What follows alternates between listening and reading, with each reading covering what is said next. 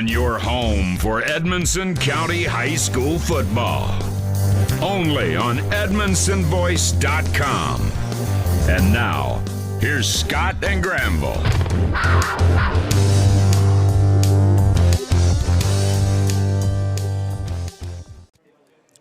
Good evening, Wildcat fans. I'm Scott Lindsay, and alongside me is a special guest who we will announce here momentarily. We're here for another live broadcast here on the home of Edmonson County Sports, Wildcats Live, presented by Alfred's Pharmacy. We're here in Motown, Morgantown, where the Wildcats will take on the Butler County Bears. It's time for the Bank of Edmonson County countdown to kickoff. The Bears are coached by head coach Josh Robbins. The Bears are 3-2 on the season after a tough road loss last week at LaRue County, 44-18. The Bears jumped out to a 3-0 after 3-0 on the season after their first three games, but have lost their last two. In their last game at LaRue, Brody Dockery, the Bears quarterback, threw for 216 yards and 3 touchdowns in the loss, while Kevin Robbins rushed the ball for 13 times for 79 yards. The Bears look to get a big win tonight here at home for the Bear faithful. The Wildcats are coached by second-year head coach Justin Vessels. The Wildcats are 1-4 on the season after a tough home loss last week against Hart County, 22-14. The Wildcats came out and played really well last week against the Raiders and had an opportunity to pull off the upset, but Hart County scored late to seal the loss. In the loss, the Wildcat defense held the Raiders to 240 yards rushing, which sounds like a lot until you look at the fact that the Raiders rushers have eclipsed 400 yards rushing 2 games already in this young season. For the Wildcat offense, Tristan Muse was 4 for 7 in passing for 47 yards. He also led the Wildcat rushing game with 93 yards and 2 touchdowns on 16 attempts. And the Wildcats will look to put it all together tonight and pick up a huge road win here in Butler County. And now, as promised, my special guest tonight in the booth, Mr. Austin Meredith. Austin, welcome to the booth, buddy. Thank you, Scott. It's good to be here, buddy. Well, we're glad to have you out. For those of you that don't know, Granville is on vacation with his family this week, and Austin has come aboard with us, and he's gonna do the announcing tonight with the game with me. So we appreciate Austin coming on, and we're looking at the scoreboard. They're going to do a special presentation in about 10 minutes, so we're going to hold off just a few minutes. But Austin, last week the Wildcats had a really solid game, honestly, against a really good Hart County team. Yeah, Hart County, hard team, good hard-playing football team. We held our own there. We lost it there in the end, but I was proud to see, the pride we played with and how hard we played against the Hart County Raiders. Absolutely, and, like I said, 240 yards sounds like a whole lot of yards unless you compare it to the other games where one game was 425 and one of them was 490. Yeah, I mean, you held them to half of that roughly, so, I mean, that was a pretty good night for us. I think we sure some things up. Through practice this week, tonight we got a good shot to get us a win here in Morgantown. Absolutely, and talking to Coach Vessels, that's exactly what they did. They took the successes that they had. And, of course, Coach Vessels, we all know him well. He does not take moral victories. No. But he did take it last week as a learning experience and put some things in place this week. And we feel like that we're going to have everything taken care of. So we're going to go ahead and go to a commercial break, and when we come back, we'll continue with the Bank of Edmonson County countdown to kickoff. You're listening to Edmonson County Wildcat football on Wildcats Live at EdmonsonVoice.com. For nearly 100 years, Bank of Edmonson County has been a place to find friends helping friends. It's still locally owned and operated with a complete line of deposit and loan products, and with mobile banking with deposit capture, helping our friends has never been easier. Bank of Edmonson County, you're our first priority. Equal housing lender, member FDIC. Nearly 100 years, Bank of Edmonson County has been a place to find friends helping friends. It's still locally owned and operated with a complete line of deposit and loan products, and with mobile banking with deposit capture, helping our friends has never been easier. Bank of Edmonson County, you're our first priority. Equal housing lender, member FDIC. A-Plus Family Healthcare provides personalized primary, behavioral, and pediatric care, all right here in Edmonson County. From newborns to golden years, our team provides comprehensive care tailored for your individual needs. Visit us in Brownsville in the Main Street Center and call 270-975-4050 for an appointment today. And visit aplushealth.org. For nearly A Plus Family Health Care. Care is what we do. Alfred's Pharmacy brings you the latest technology with decades of experience right here in Edmonson County. Locally owned and operated, Alfred's provides fast, friendly service with the care that you deserve.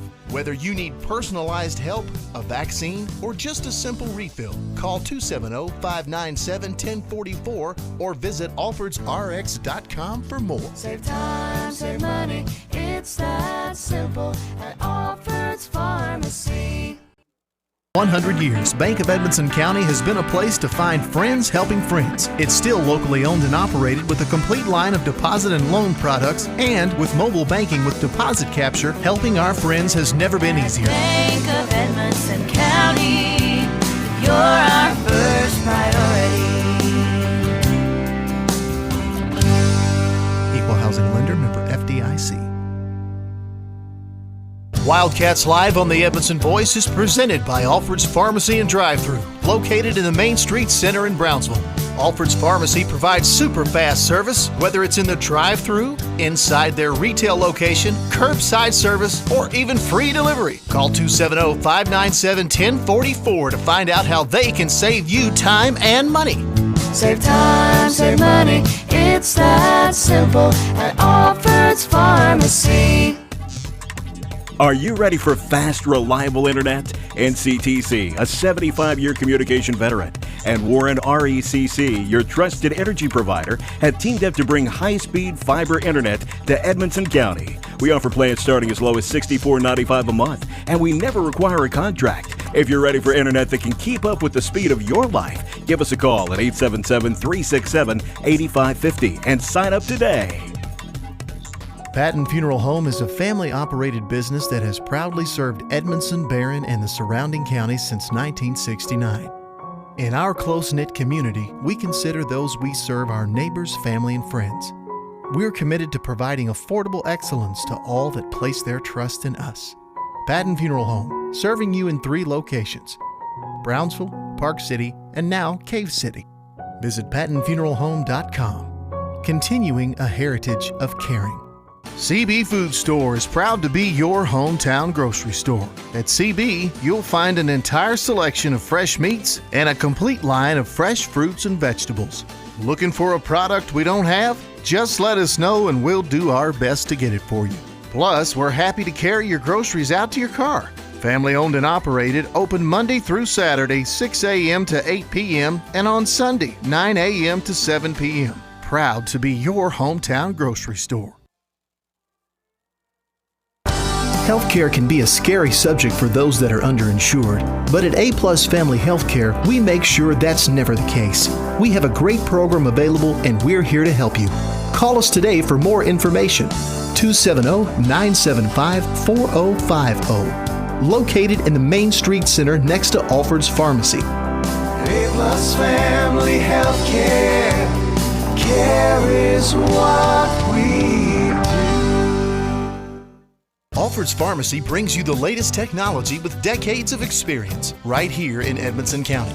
Locally owned and operated, Alfred's provides fast, friendly service with the care that you deserve. Whether you need personalized help, a vaccine, or just a simple refill, call 270-597-1044 or visit alfordsrx.com for more. Save time, save money, it's that simple at Alfred's Pharmacy. Bank of Edmonson County is now within arm's reach on your smartphone. Our new mobile app offers remote deposit capture, bill pay, PIN login, and Touch ID. See your transaction history, even turn your card on and off with the swipe of a finger. Available for Android and iPhone through Google Play and Apple App Store. Bank of Edmonson County, you're our first priority. Bank of Edmonson County in Brownsville, Bowling Green, Smiths Grove, and now on your phone. Member FDIC, Equal Housing Lender. It's not something we like to talk about. It makes lots of folks uncomfortable. But the truth is, it's part of life. Folks have many needs when they lose a loved one, and one of those is a friend. Roy Grable and the staff at Grable Funeral Home have been friends of this community for a long time. Let Grable Funeral Home be a friend to you with pre-need counseling or other services. No one likes to talk about it, but at Grable Funeral Home, you can talk it over with a friend.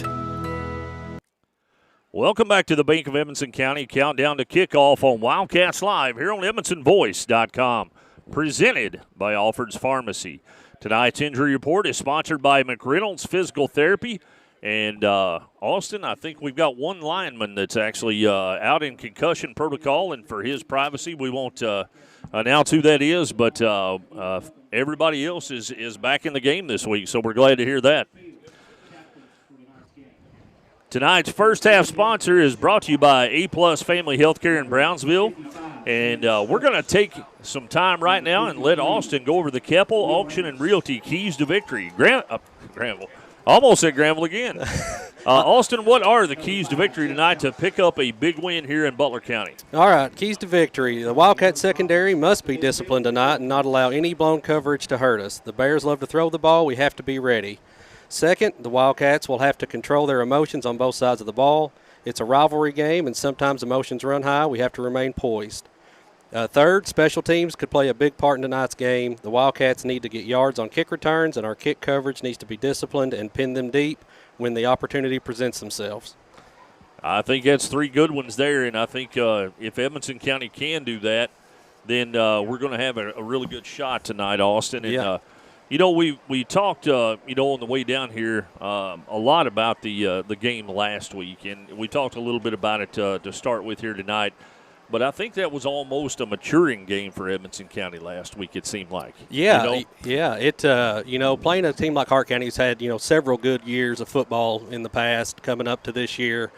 I mean, you go play a team like that, you never really know what to expect. Obviously, you always expect to win.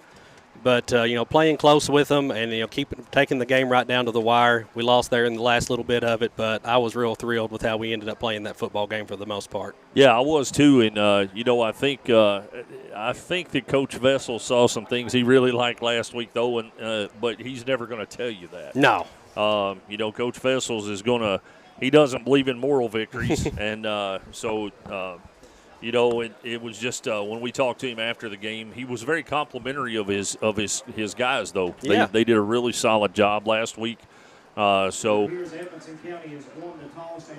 we have won the toss, and we're gonna receive the ball, Austin. So we're gonna get at it right here on the beginning. Yeah, set the tone here early. I like it. So tonight's starting lineups are brought to you by Josh Roney, State Farm Insurance, and we'll just go over a few of the Butler County Bears starting lineups. We know who ours are for the most part. The offensive starters is number 3, Davis Carson, number 1, Bratcher Drake, number 2, Kanan Vincent, number 25, Clay Steff. On the line, we've got Hudson Connor, Wyatt Christian, Penley Jacks, Stokes Zander, and Will Amos. And then the quarterback tonight is going to be Brody Dockery, and running back is Caden Richardson. And it's something that could play to our advantage, Austin, if we can. But Brody Dockery, the starting quarterback, is a freshman. Yeah, freshman quarterback. Caden Richardson, the running back, is a sophomore. So if we can get some early pressure on these youngsters, it may prove to be a difference maker in this game. Yeah, young guys in key positions on a football field. Sometimes they show up and play. Sometimes, it takes one thing to get them rattled. So right. I say we put some pressure on a freshman quarterback early, and we'll see how he responds to that. I think that's exactly what we are going to see early, especially with Edmonson County coming out. And that may be what, one of the determining factors in receiving the ball first is they want to get on them quick. Yeah. And, put the pressure on them. So tonight's first quarter actions brought to you by NCTC Fiber Internet, by Warren Rural Electric here in the A-Plus Family Healthcare first half. And tonight's kickoff is brought to you by H&K Construction. So the Wildcats are in their traditional white uniforms with navy pants and navy helmet. And the Butler County Bears are going to be a little bit hard to see in the dark. Yeah. They've got black jerseys on with dark numbers on them. So it's going to be a little bit – we'll try to do our best to see them. But if it gets much darker out there on the field, I don't know that we're going to be able to pick them out very easy. But we'll try. And we know our guys, so that makes it a little bit easier for us. But, this should be a good ball game tonight, Austin. And we'll see how the Wildcats come out and start out right off the bat. Yeah, I might say something that a lot of people might not agree with on this, but all my years of coaching and playing, I always considered Butler County a bigger rivalry than Grayson County. Wow. That's always been my personal thought in all my years of playing and coaching. So this is a serious rivalry game that maybe not a lot of people see it that way, but I sure do. Yeah, well, anybody would play as a rival to me, but, but I know exactly what you're saying. And we always felt that way anyway because I've got family down here. Same. So, we had a big rivalry at Butler County. So, looks like the Wildcats are going to receive, and we'll get everything going here momentarily. Blaine DeWeese is back, and it looks like he's the only one now. We had a second one back there, and I think they've moved him up to the line, so they're expecting an onside kick from the way they're lined up, Austin. Yeah, I believe I seen them practicing some of those pooch kicks in the pregame warm-up. I don't know if they'll try it, but it looks like we're expecting it. I like having our good hands guys up there, and the second level's not very deep anyway. No. So that's good. Looks like Will's dropping back now. Yep. Will sailing back with Blaine DeWeese. And we're getting ready to get this thing started. There's the kick, and it is a small pooch kick. It's going to be fielded at the 34-yard line, and he's going to take it forward, and it's going to look like he's going to go across the 40 and get locked up there. But we'll see where they mark it down at when they finally make the spot. It looks like about the 42. So it's going to be 1st and 10 Wildcats from a 42 and starting out in really good field position. So here we go. Just some scores across the area before we get started. South Warren and Pulaski are still tied up at the end of the first quarter at 0. That's a big game coming in. All right, here we go. Muse up under center. Man comes in motion. There's a snap. They pitch it to DeWeese coming around the side, cuts it back to the middle. He's across the 45. We'll see where they give him his momentum to. It looked like right in between the 46 and 47-yard line. And they're going to mark it close to the 47. So that's a great job by Blaine to come in there. Yeah, good start there by our offense. A good 5-yard gain. Looks like the Butler County's coming out in a 3-4 defense, 3 down linemen, 4 backers. So we're going to have to get up to that second level and get a hold of them linebackers so they can't scrape down the line of scrimmage. Yeah, they said they were coming in at a 4-2-5 base, but I think they've adjusted that some, looks like. So Muse, the I formation in the backfield. Snap. Handoff goes to DeWeese going up the right side. He cuts it back to the middle. And, man, he got hammered pretty good there and pushed back. Yeah, we didn't get up to that second level on that one, Scott. That backside linebacker was able to squeeze in there and make the tackle. Looks like they're going to give him 2 yards, though, so it's going to be 3rd down and about 3. Yeah, about 3. Yep. So 3rd down and 3 for the Wildcats is what it looks like from here. 3rd and 3 from the 49. 10:40 and counting left to go in the first quarter. Again, tonight's first quarter action is brought to you by NCTC Fiber Internet by Warren Rural Electric here in the A-Plus Family Healthcare first half. Hughes breaks the huddle, gets to the line of scrimmage, fakes the handoff. He hands it off to DeWeese, and he's going to be piled up in the backfield, a loss on the play. And that's going to bring up 4th down for the Wildcats after a pretty substantial loss there. Austin, probably 6 or 7 yards. Yeah, that was the turf monster that got him there. They told us earlier that their field's pretty wet and soppy from all the rain, and that looked like Blaine tried to make a cut, and the ground just broke loose from under him. All right, so it's going to be 4th down. And the Wildcat punter is standing right at the 30-yard line, steps up just a little bit from it now. There's a snap, and there's the punt, and it's going to hit and roll, and it's going to go out of bounds on the far sideline inside the 30-yard line, but we'll see where they mark it. And it's going to be about the 26-yard line, and Butler County will take over 1st and 10 from their own 26. Not a bad punt there by our punt team. Little coffin corner, little short, but not bad at all. Put some pressure on this freshman quarterback, see if we can get him rattled early. All right, here we go, folks. First offensive possession for Butler County. Dockery is going to be setting up.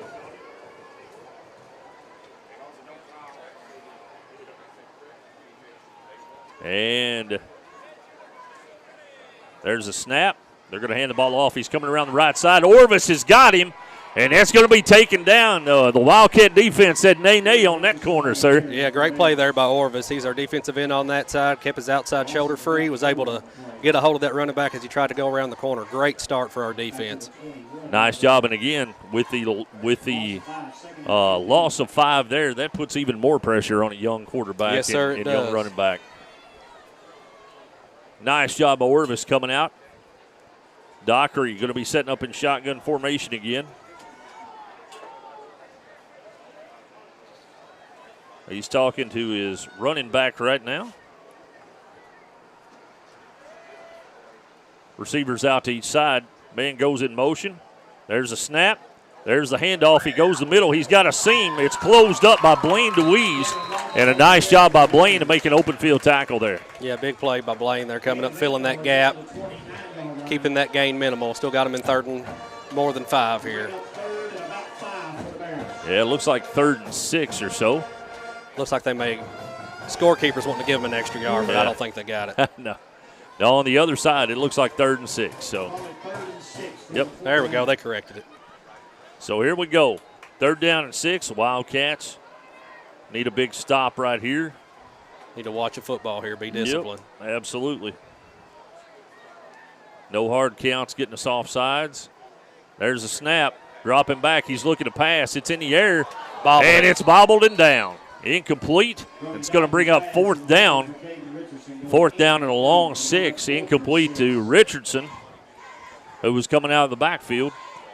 I didn't like the way we started on offense, Austin, but I kind of like the way we started on defense. Yep, so. we're still back at a clean slate here. That was a good stand by our defense after we had to give the ball back pretty early on. Hoppy Decker checking in with us and saying we sound good. We appreciate that, Hoppy. DeWeese back for the Wildcats, and I have a feeling that this punt's not going to be anywhere near him. Or are they going to kick it right to him? I wouldn't have kicked it to him, but, they're going to throw a flag for a block in the back. Yeah, I think so. Yep. There is a flag down on the play. It is going to be a block in the back. It happened right in front of us. And it really wasn't even close, honest. We didn't. It didn't affect the play much. No. Let's see if they saw something other than what we did. Let's hope they did. They're all huddling up here to talk about it.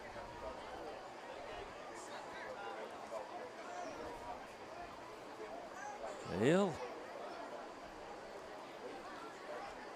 legal man downfield. No, 12 men on the field. Oh, so we had 12? Yeah. And we still let one through. That ain't good. No. All right. So that's going to back us up. The Wildcats are going to take it from their own 23-yard line.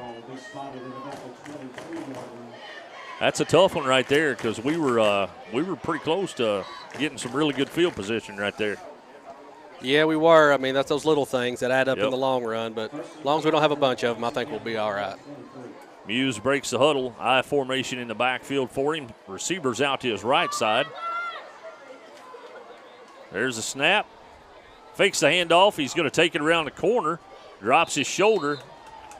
And I'll tell you right now, Austin, and you probably seen it right in front of me, Hunter Cancer just flat pancaked somebody and then put butter and syrup on him. Yes, he did. Yes, he did. Hope he gets a lot of those tonight. Gets his belly full. I do too. All right, gain of 6 on the play. Going to be 2nd down and 4 for the Wildcats. Nice job by the Wildcats blockers to get them out there in the open. I was watching the play, and Hunter pushed that guy through my field of view there and just squashed him. Here we go. Muse up under center. Receivers out to his right side. Man comes in motion as DeWeese, and they blow the whistle. We had a false start on our tight end up top there. Yep. Little movement. He didn't mean to, though. Oh, you never do. No. That's going to back us up 5, so it's going to be 2nd down and about 9. Yeah, about 9 yards. We're getting some movement on the line of scrimmage, which I like to see. We just got to get these little things tightened up here. Yep. Gail Martin checking with us. Sonja Ashley coming in. Dewey's Outdoors checking in with us. Miss Jessie Miller, as always. We appreciate all of our listeners checking in with us. Muse up under center. And that was offsides, had to be. Holy cow. I couldn't tell from my angle, but it sure did look like it to me. It looked like he made contact before we hiked the ball.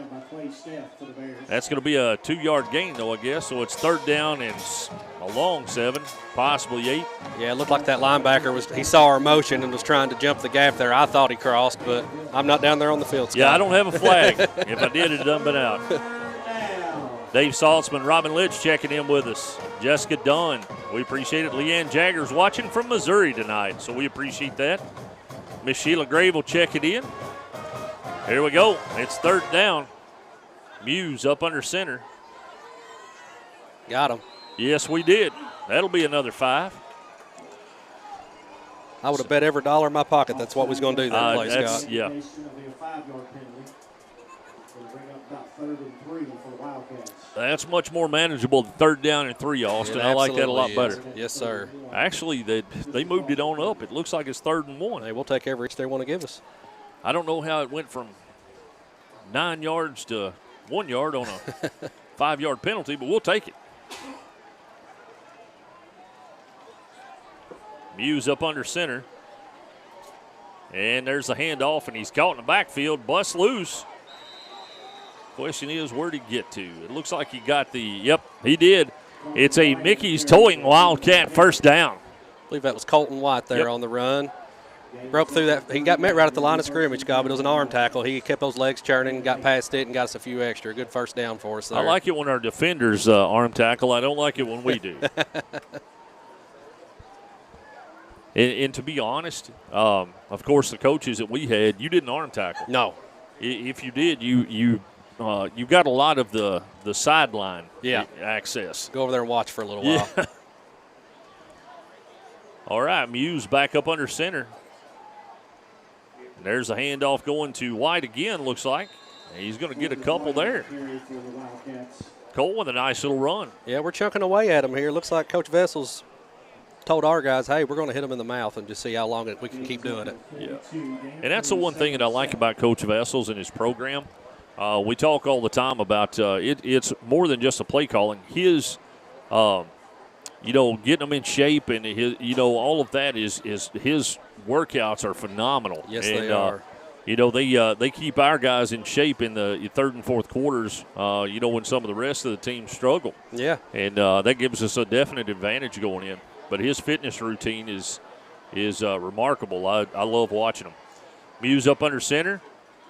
And he faked the handoff. He's airing it out. He's got a man. Oh.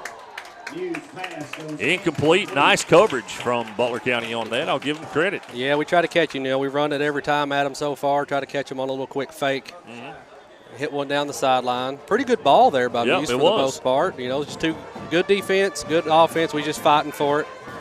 Going back to Coach Vessels' workout programs, I had the privilege of playing for Coach Vessels. He was my offensive and defensive line coach when I played, and I coached with him, so I know all about him. Absolutely. And our kids are strong.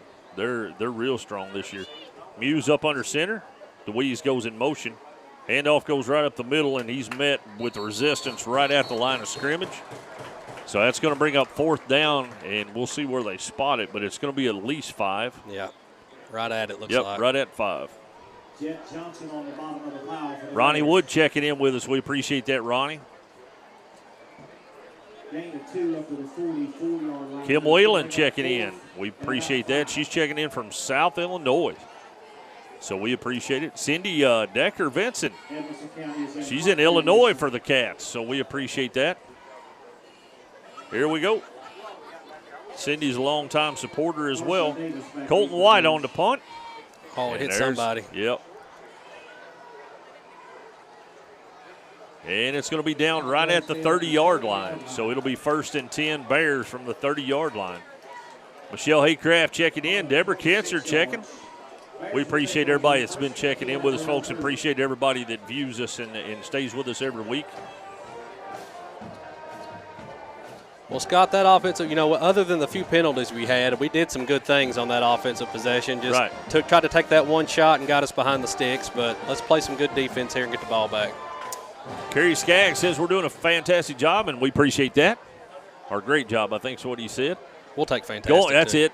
Going back out, Mr. Dockery. And they had a false start on the line. One of the linemen moved just a little bit before, so sometimes the best defense is a bad offense. A bad offense. Bad offensive play anyway. First and 15 at the 25. So that's going to put it first and 15 right off the bat for the Bears. Sue Reeves-Barber checking in with us as well.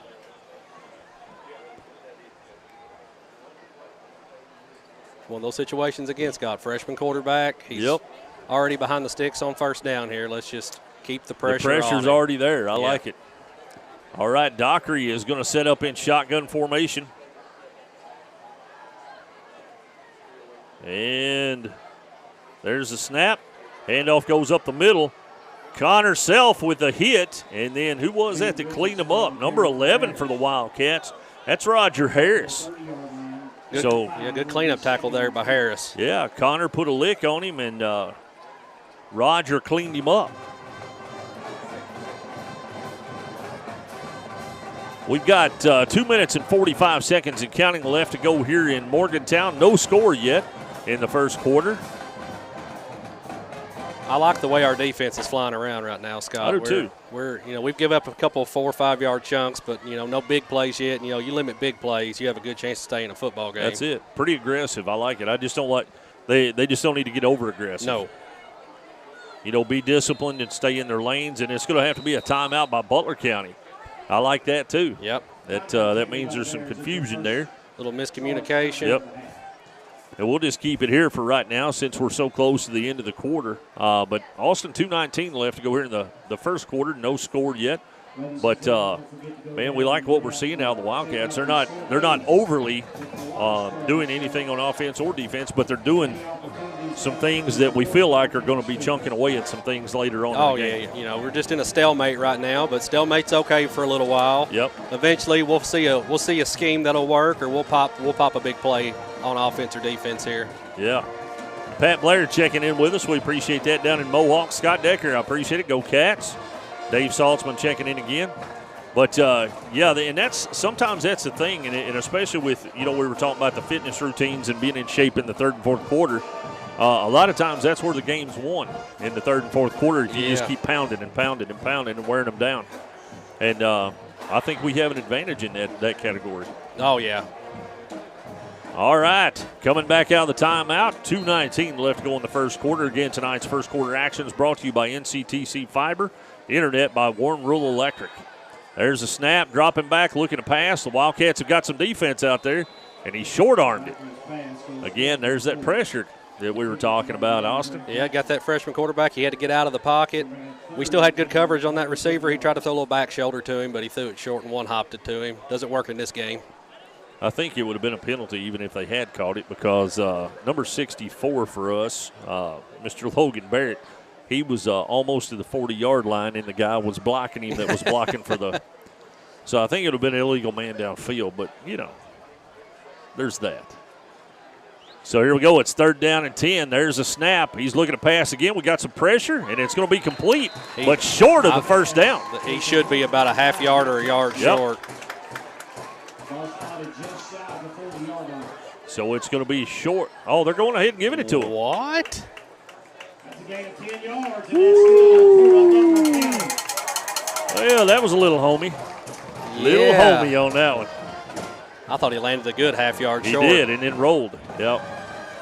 All right, here we go. Dockery.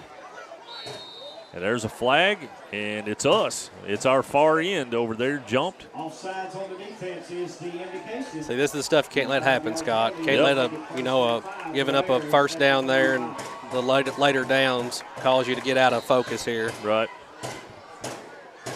Porter and Donna Martin checking in with us from Smith's Grove. We appreciate that. It's going to be 2nd down and 5 after the penalty.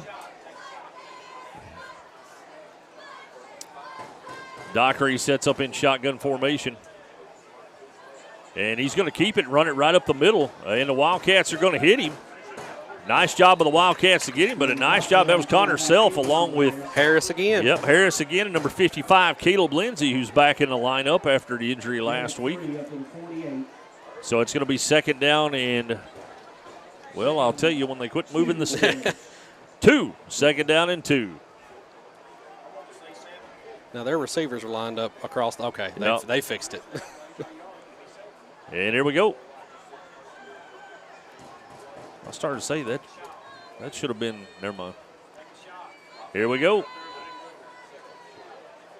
Dockery looking, throwing, and it's complete. And he gets the first down, but it's only a gain of about 4.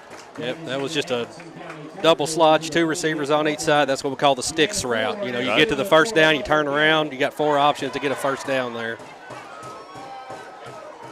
That's going to be another Butler County first down. 35 seconds and counting left to go in the first quarter. Dockery sets up. There's the handoff, goes up the middle. He's found some room, but he didn't find much room, and he got hammered. Trying to see who that is. Logan That's Barrett. Yep, Logan Barrett with a nice stick right there. And that should take us down to the end of the first quarter.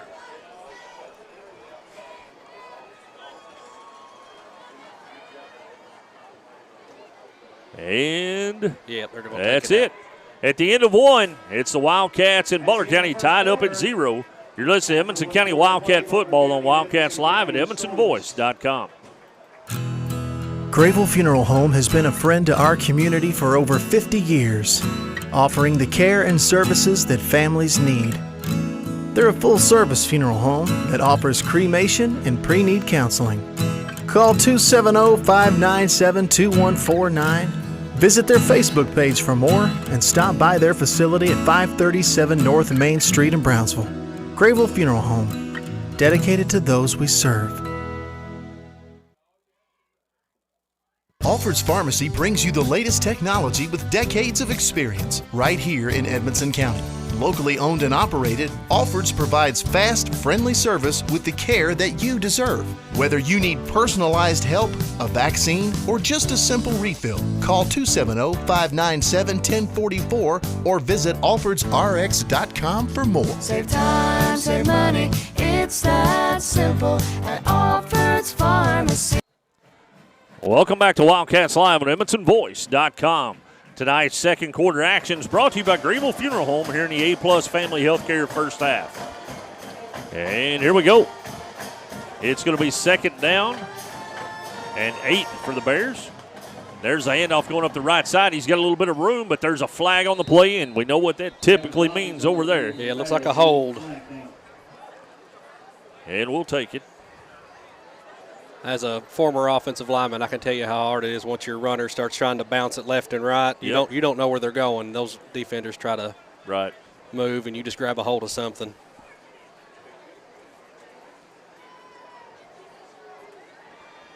Yep, they're going to call holding on the Bears.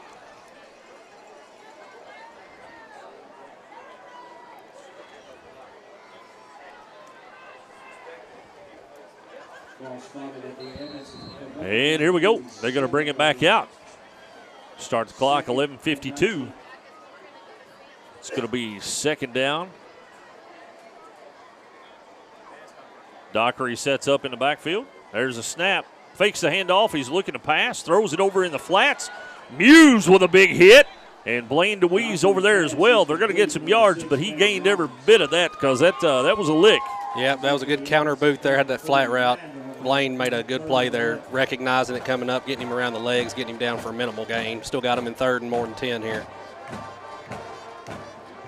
See where they actually spot. They actually spotted it's third down and 11. Dockery is going to set up in the backfield again. A single back in the backfield with him. There's a snap. It's low. He's looking to pass. Pass is in the air, and it's caught, but it's well short of the first down, and a nice tackle by number 20, Connor Self. Great coverage by Connor there. Tried a little play action on us. He stuck right with his man, made a good tackle as soon as he caught the ball. Almost knocked the ball loose. Looked like the guy bobbled it just a little bit. That's going to be fourth down and 8. Still need to be disciplined. Watch the football here. Yep, we don't want to give them 5 and give them any chance of it for sure. The Bears are in punt formation. Scott, I like the way our defense is playing. I do. They're settled in. I like it. And they're being disciplined right now, so that's another key. I started to say, and it's on the ground. Ball.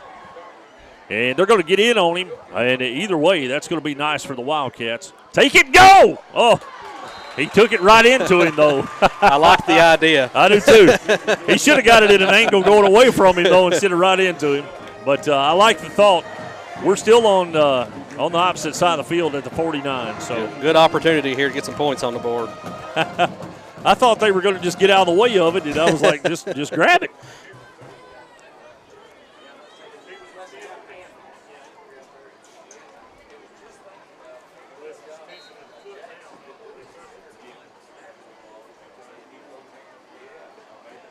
These are those situations, Scott, where you can try to take a shot. You know, you get a big play on a punt like that.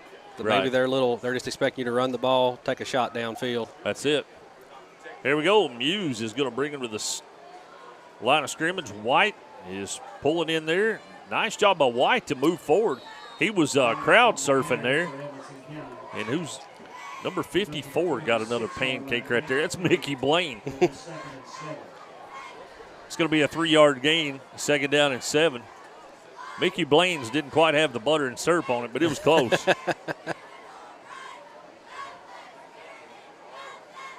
think you should offer them to buy them a pancake for every one they get, Scott. We can do it. I make good pancakes. I'll cook all day if I need to. I know as a big boy, food's a good motivator. You ain't lying. Here we go. Muse up under center. There's a snap. And there's White again. He's on his horse. Nice job. Fumble. Let's see who got it. And it's going to be Butler County ball. Punched out from behind. Colton Watt with a nice run, but tried to stretch it out and got the ball punched. Yeah, with how soupy they say that field is, that ball's going to get wet, but you just got to keep that thing high and tight and hang on to it. Scores from around Franklin Simpson 7, Warren East 7 at the end of 1. At halftime, Somerset 14, Metcalf 0. That's shaping up to be some rivalry there. Yep. 9:19 left to go here in the second quarter. The Wildcats turn the ball over. It's going to be 1st and 10 Bears. Dockery sets up. There's the snap. It's low. He's looking to pass. It's out in the flats. And he's on his horse. One man to beat, and he got him. And he's down the sideline. And it's going to be a touchdown for the Bears. That's number 3. That's Carson Davis. That was just a deep stopper out there, Scott. We just got to be able to come up and wrap up and slow him up enough for your help to get there, or just hang on for dear life. Will just couldn't quite get a hold of him on that one.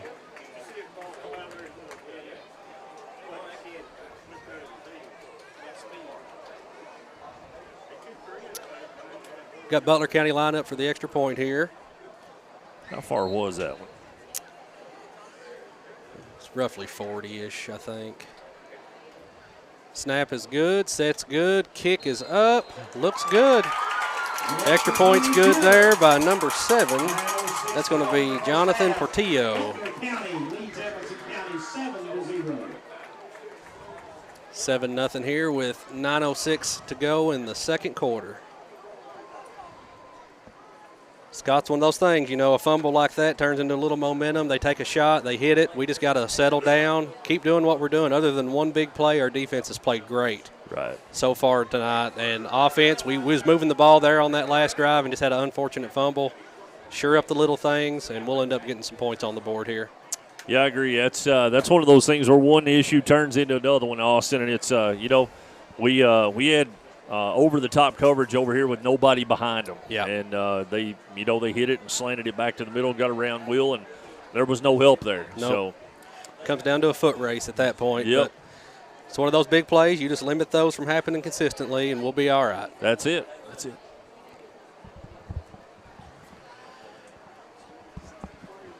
All right, so 69 yards there for the touchdown.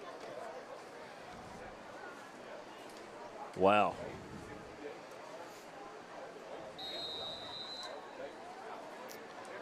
All right, Butler County lining up to kick off here.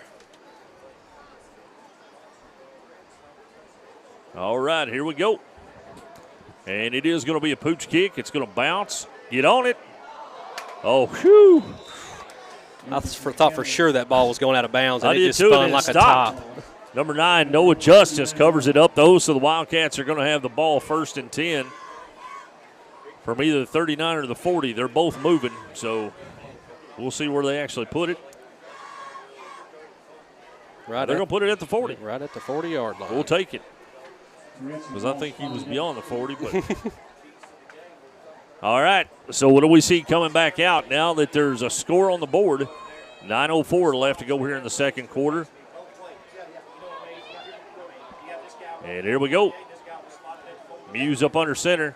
There's a handoff going up the right side, ducks his head and goes forward.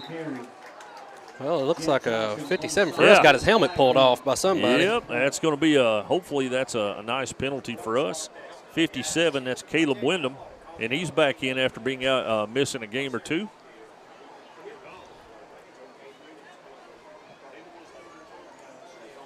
So let's see what the actual call is. I don't know if it was extracurricular on both sides, and they're going to personal foul, face mask on Butler County. It didn't seem like an intentional play to Right. me. I was able to see. It looked like they just got caught up in a good block against each Right. other, and his hands got a little high.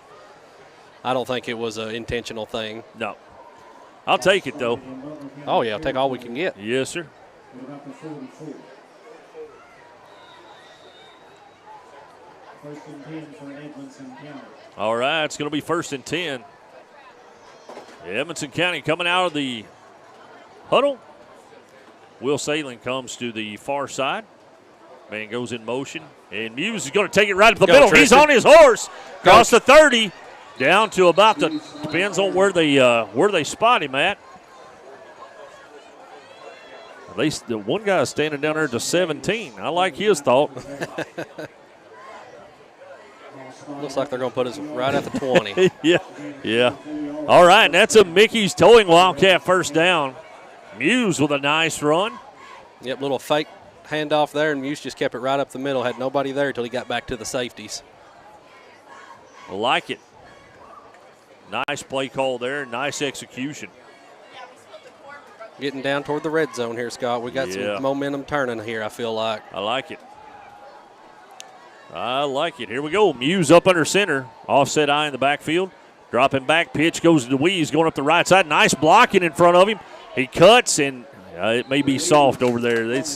He was walking real tender over there, wasn't he? Yeah, and that first drive of ours, that ground broke Right. loose under him and he fell. I think he was worried about making a hard cut right then.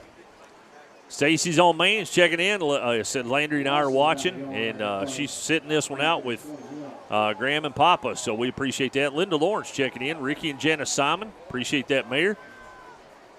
Wayne Harp checking in with us. Jay Hollis. So we appreciate everybody who's checking in with us. And here we go. That's 2nd down and 10. Muse sets up in shotgun formation. There's a snap, and there's a flag. False start on us, I'm pretty sure. Yep. I wish I didn't see it, but I did. It's hard to unsee them things, ain't it? Yeah. Even though you don't want to. It's hard to unsee it. Backs us up 5 yards, so it's going to be 2nd down and 15. And Austin, I know you haven't been with us in the booth so far this year, but that's something that's plagued the Wildcats these first 5 games is, the penalties at inopportune times. Yeah. It's not necessarily huge penalties. It's they come at a bad time. Yeah, I may not have been in the booth, but at every home game I'm there, and if Right. y'all are gone, I keep an eye on them. I appreciate it. And, man, it looks like they're working on our count. Muse takes it down inside the 20 to about the 17-yard line. We'll see where it's spotted. But a nice job by Muse. But Butler County's defense is getting a jump on us on the line of scrimmage, and it looks like that they've got our count. Yeah, I think we have an answer for that. Probably going to happen on this play if I had to guess. Gain of 8. That'll bring up 3rd and 8. 3rd down and 8 for the Wildcats. They've kind of honed in on Blaine getting the ball and Colton. Right. But, Tristan's been able to break a couple runs here. Right. Yeah, doing a good job. So let's get the play in and get up to the line. They're taking a whole lot of time back here right now. We just don't need another 5-yard penalty. Watch that back, Judge. All right, he's got 5 seconds or 10. I can't remember. It's been so long since I coached. Muse up in formation, drop back, looking to pass. And he's got one across the middle, and it's off his fingertips and incomplete. Pass is incomplete. And it's going to be off the fingertips, bring up 4th down. 4th down. I think this is 4-down territory. Yeah, I think it has to be for us.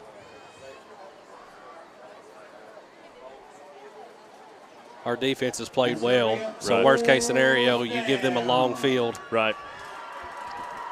Yeah, I can live with them being inside the 20. Muse bringing the play from the sideline. I don't know. I could see us trying to do a hard count and get 5 yards and kick a field goal. I'm not sure. Yep, Muse up under center. Yep, that's what we tried. Yep, that's what we tried, and it's going to be a timeout. And we'll just keep it right here for right now. So on the scoring drive by Butler County, it started with the Edmonson County fumble, and, that got the Wildcats kind of back on their heels a little bit, and then, they hit a nice little slant pattern over here on the side and cut it back toward the middle to get away from our defenders, and ran that thing in from 69. That's kind of things that'll make you think twice sometimes, and but nice job. I'll give Butler County credit. They haven't been shaken so far, and I thought maybe we could get to them. But that's that age-old thing. You get a turnover, you take a shot. What's it going to hurt you? You've got momentum swung, right? And it worked out for them on that one. We just got to, like I said, limit those type of things, and we'll end up being okay. It's 4th down and 8. And it's 4th down and 8, and it looks like Colton White's going to come on and try a field goal. It's going to be about a 35-yarder, Austin. He's got the leg for it. He's definitely got the leg for it. Let's see where it's at. There's a snap, and it's down, and it's up. Holy cow. Off the upright. Oh, it bounced to the outside. Skipped it off the upright. That thing would have been good from 40 if it had been straight. Daggone. Can't let that get us down, though. Nope. You've got them in the long field here. Just play good defense like we have been. It had plenty of length on it. It sure did. A little knuckleball come out a little low, but it was good. It was good till it wouldn't. Yeah. We just had some bad luck on some of that stuff here in the last couple of weeks. But here we go. Butler County coming out. They're going to come to the line quickly.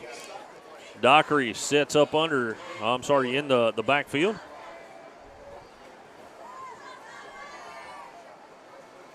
There's a snap. Fakes a handoff, throws it across the middle.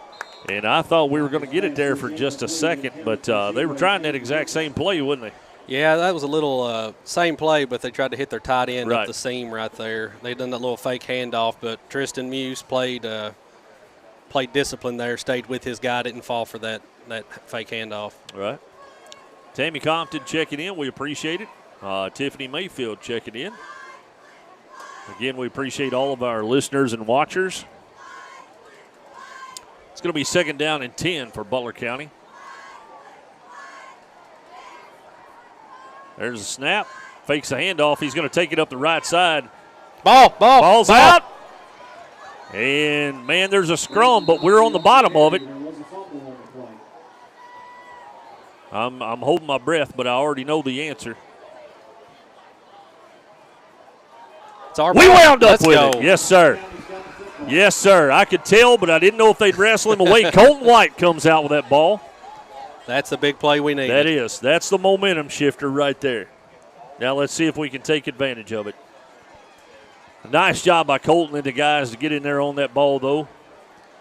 Yeah, that was a quarterback run. Yeah. Their freshman quarterback. He broke loose there for a minute, but got in that pile, and somebody was able to knock that football loose. And the bad thing is that, when you get on the bottom of that scrum, you don't ever know who's going to wind up with it. But I know who had it when they jumped on him.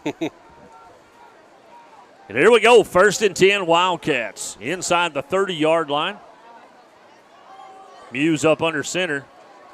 And he's going to hand the ball off to Orvis going up the middle. Nice hard run by Orvis. Gets some yardage there inside the 25, should be down around the 21 or 22-yard line, depending on where they spot him. Looks like a good 5-yard gain. Yes, sir.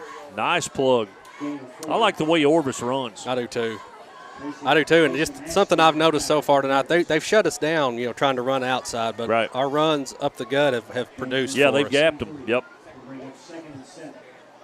So it's a 5-yard gain according to what we're seeing across the fold, and it's going to be 2nd and 5. Muse again up under center. And he's going to hand the ball off going right up the middle, and it's still on. Let's see who that was. That was, I believe it was Orvis again. Orvis with the carry. And that's going to be another 3 yards. It's going to be 3rd down and 2. 4:58 and counting left to go here in the second quarter. Well, it'd be nice if we could hit one right here. Yeah. Get a little closer right here.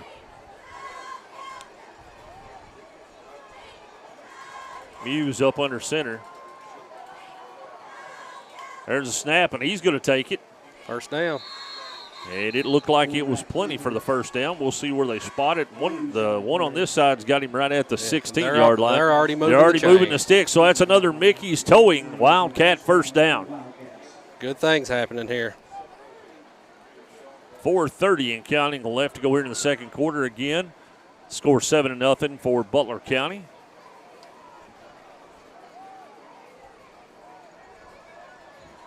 Muse again breaks the huddle, takes him to the line of scrimmage. There's a snap, hand off to White. He's going forward. And a nice little run there. We'll see how much they wind up giving him, but he put his head down and got some good yardage there, Austin, on first down. Another 4 or 5 yard gain. We'll take those all night long. Going to give him 5, 2nd down and 5. Go ahead, Scott. No, I was just going to say, I think you're right. I think they've noticed that that middle's a little. Of course, we got Hunter in there, so he takes up a whole lot of room there himself. There it is. Fakes the handoff. White cuts to the outside, cuts it back to the middle. And he's going to go forward for another couple of yards there. We'll see where they spot it. He's going to be short of the first down, I think, but he's really close. Yeah, it looks like 3rd and 2. I feel like our offensive line's getting fired up here. Yep, I think so too. Play comes in from the sideline. It's going to be 3rd down and a long one. They're calling it 2. I don't think it's hardly 2, but it's close. Muse. And the whistle. Oh, my. False start on us somewhere. I didn't see it, but I see a flag. Yep. It's going to back us up 5 yards. Again, those inopportune penalties are not huge, but they're at terrible times. Yes, they are. So that's going to back us up 5. It's going to be 3rd and 7 instead of 3rd and 2. At the 13-yard line.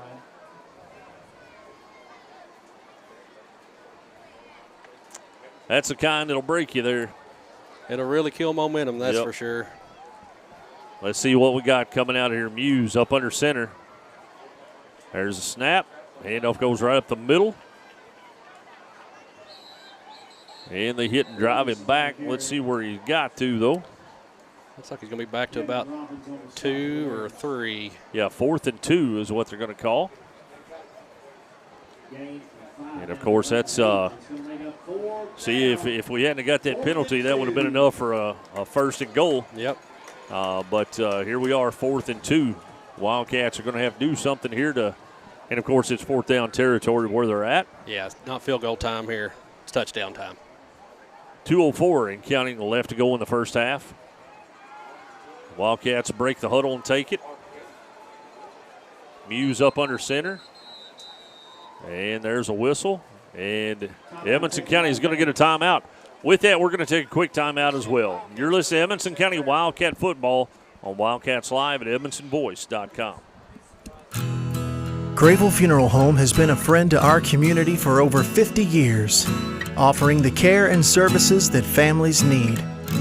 They're a full-service funeral home that offers cremation and pre-need counseling. Call 270-597-2149 Visit their Facebook page for more and stop by their facility at 537 North Main Street in Brownsville. Grayville Funeral Home, dedicated to those we serve. Welcome back to Wildcats Live on EdmonsonVoice.com. 1:54 left to go here in the first half, and the Wildcats trail the Bears by a score of 7-0. It is 4th down and 2 inside the 10-yard line. Looks like about the 8. Yeah. So we'll see what 4th down play Coach Vessels has called after the timeout. Butler County will get the ball to start the third quarter, so this will be a big one, Austin, if we can get some momentum back right here and put some points on the board. There's Muse, and the Wildcats jump off sides again. Oh, man. False start, Caleb Wyndham, 57. It's going to back us up 5, so instead of 4th and 2, it's going to be 4th and 7. Probably field goal time now. That's 2 5-yard penalties that on paper are not going to look very significant, Austin, but in reality, that's they probably kept us out of a score right here as far as touchdown goes. Yeah, it's a bad time for them. There's never a good time for them, but that was a real bad time for them. I'd rather have it when we're in the middle of the field and it's first down. Yeah. And looks like they're going to go for it, Austin. Well, I like it. I do too. I don't mind it a bit. There's a snap, dropping back looking, and the ball comes out of his hand, and it's going to be a turnover on downs. He went to throw it, and we might have just got our quarterback. Oh, me. Yeah, I don't think that's a good thing right there from what I saw from here, Austin. It depends on what they saw down there. Yep. Yep. We'll wait for the Whitehats, but, man, I just hate it. So here we go. The Whitehat's going to make the call. He's still talking to the other official. And it's going to be a dead ball personal foul against Edmonson County. And that's it. Woo. Woo. It could have easily went another way. Yes, we'll it could have. That kind of stuff you can't. That can't happen. Right. We have to be more disciplined than that.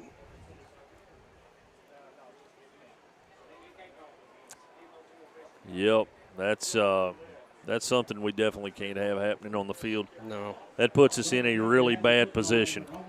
We had them pinned a little bit deeper. Now 15 yards later, they're in pretty decent position coming right here. 1:48 left to go in the first half. The Wildcats trail the Bears by a score of 7-0. Dockery sets up in the backfield. Trip receivers out to his left side. There it is, drop back, looking to pass. They bring one in, but the Wildcats get somebody in on him, and it's going to be complete on the sideline. The Wildcats get him knocked out of bounds, which is a great job. Great defense by the Wildcats, but we had somebody in there on him quick. I think it was it Hunter? I believe it was Hunter, yeah. He was in on him quick. Had a hold of him, but he was able to slip the ball out there. Well, should have been a 5-yard loss, ended up about a 1-yard gain, but that's all right. Second down and 9, 1:38 with the clock stopping with the player going out of bounds. Dockery sets up in shotgun formation, receivers out to each side. There's the hard count, didn't get us that time.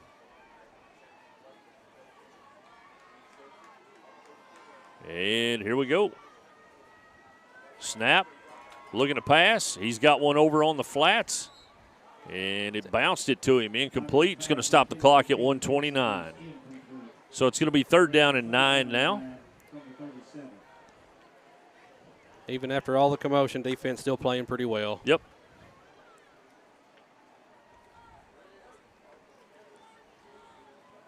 Yep, defense making some good plays right here and playing solid.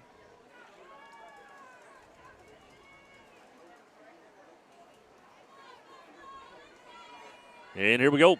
Bears break the huddle, 1:29 left to go in the second quarter. Bears leading by a score of 7-0. Dockery sets up in the backfield. Receivers out to each side. Dropping back, looking for a receiver, and he's right across the middle. And it's going to be enough for the first down. White and Sailing on the coverage.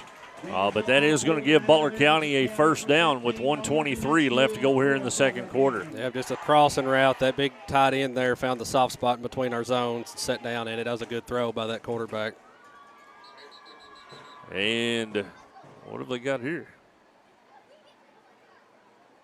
They should have started the clock. There we go. I don't know what that was. Dockery's in the backfield. There's a snap. Handoff goes up the middle, and the Wildcats meet him. That was definitely Hunter Cancer. That was a good play there. And tossed him like a yesterday's sandwich. And Roger Harris in on the play as well. That's a loss on the play. Nice job of the Wildcat defense. 59 seconds and counting. Dockery sets up again in shotgun formation. Receivers out to each side. Drops back, looking to pass. He's got one across the middle, and he got in behind the defense again. And that's going to be another first down for the Bears. And that's Muse and number 10, Andre Hunter, on the coverage. That was a heck of a throw. It was a good throw and a good catch. 40 seconds and counting left to go. There's a snap, dropping out, looking to roll it. Hold. And he's got him over on the side. They throw the flag, and we know what that one was. Didn't mean to talk in the middle of No, you there, no, you're Scott. fine. Connor Self with another big lick on the sideline, but that one's definitely coming back. We was talking in between quarters there. Sometimes the old coach comes out at me, and Yeah, no, you're fine. I holler stuff when I see it. I like it. I like it. I won't ever get upset about that for sure.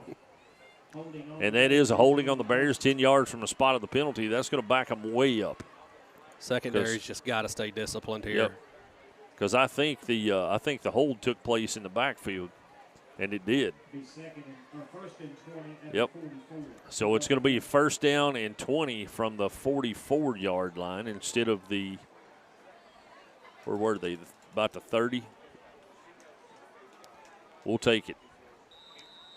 Dockery sets up in shotgun formation, empty backfield. 28 seconds left to go in the half. Here we go. There it is across the middle, and it's caught, but it's short of the first down. And they call a timeout. They call a timeout. I don't know who cleaned up that tackle for us, but that was a good lick right there. It was a lick. I was watching the coach walk out on the field. Timeout with 13.8 seconds left here. And again, the Wildcats trailing the Bears by a score of 7-8. 7-0, 7-8. We got Double D in the house with us tonight, so it's kind of excited about that. He won't put a headset on, but he's helping us with the commercials and some different things. So he's supervising. Yeah. Yeah, sometimes he doesn't want to, though. he just doesn't. Sometimes he takes a look at me and Grandma just kind of shakes his head and walks off, It's part of it, though. Part of it. Let's see what the Wildcats can do with 13.8 seconds left. Bears coming out of a timeout. It's second down and 8, and they lead the Wildcats by a score of 7-0. And again, I'm like you, Coach. We got to stay really disciplined here and not let the secondary. So they're gonna add time to the clock. Should be 18.5 on the clock, folks. We're having a little trouble getting set. Hold on with us just a moment. Have a little scoreboard issue. That's close enough. 18.2. So they put about 4.5 seconds back on the clock. And here we go. Dockery sets up in the backfield. Empty backfield. Drop back looking to pass. He's got a man across the middle. And there was two Wildcats there, and I thought one of them was going to go for it and get it. But I don't think anybody called me on that one. Yeah. Whew. Clock stops with the incomplete pass at 13 seconds. If you all watching at home here, that goalpost is blocking the first digit there. It's not 3 seconds, it's 13. Yeah. Just let y'all know. Yeah, we have to look around at some too. So Dockery setting up third down and 7. Drops back, hits the pass on the sideline. He's got the slant to the middle, and they're going to take him down at the 30. And that's another nice open field tackle by Connor Self right there. 3 seconds, and they're not going to get it off. Stay deep here. Yep, and it's going to be halftime, folks. And at the half, the Wildcats trail the Bears by a score of 7-0. You're listening to Edmonson County Wildcat football on Wildcats Live at EdmonsonVoice.com. It's time for the SCRTC Halftime Show on Wildcats Live. SCRTC Connect is the ultimate Wi-Fi experience. Welcome home to reliable internet from SCRTC, your fiber optic provider. Create a tailored environment that allows you to take control of your Wi-Fi. Simple and intuitive features to keep your Wi-Fi network safe and at peak performance. Sign up for SCRTC Fiber Fast Internet today and download the ultimate Wi-Fi experience to take control of your internet. SCRTC Connect. For over 60 years, Grayville Funeral Home has been a friend to our community, offering the services and care that you need. They're a full-service funeral home offering cremation and pre-need counseling. Call 270-597-2149. Visit their Facebook page for more. Stop by their facility at 537 North Main Street in Brownsville. Grayville Funeral Home, dedicated to those we serve. Alfred's Pharmacy brings you the latest technology with decades of experience right here in Edmonson County. Locally owned and operated, Alfred's provides fast, friendly service with the care that you deserve. Whether you need personalized help, a vaccine, or just a simple refill, call 270-597-1044 or visit alfordsrx.com for more. Save time, save money, it's that simple at Alfred's Pharmacy. Reliable internet and great customer service, two things you'd like to have? I'm talking local service and quick response when my internet is out, which never happens, by the way. That's exactly the type of customer service you get from an awesome internet provider like SCRTC. Not only do they provide gig speed and superior Wi-Fi solutions, SCRTC backs it up with phenomenal customer service. That is true value in an internet provider. Go to scrtc.com and get yours with an unmatched service guarantee. It's time for the SCRTC Halftime Show on Wildcats Live. In 1950, 5 local men had the determination to build a new telephone infrastructure. They called it South Central Rural Telephone Cooperative. Little did they know their vision would evolve into an innovative telecommunications provider offering internet, TV, and phone to over 27,000 homes and businesses. 75 years later, we celebrate our loyal members, providing customer service found only here at SCRTC. Save time, save money, it's that simple, simple as it can be. Save time, save money, it's that simple at Alfred's Pharmacy. Have you got your flu shot? You can get it here at Alfred's Pharmacy, and no appointment is necessary. It's quick, easy, and virtually painless. Most insurance will cover with zero copay. That's right, zero copay. Save time, save money. It really is that simple at Alfred's Pharmacy, located in the Main Street Center in Brownsville. Get your flu shot today. Alfred's Pharmacy, located in the Main Street Center. Save time, save money, it's that simple, simple as it can be. Save time, save money, it's that simple at Alfred's Pharmacy.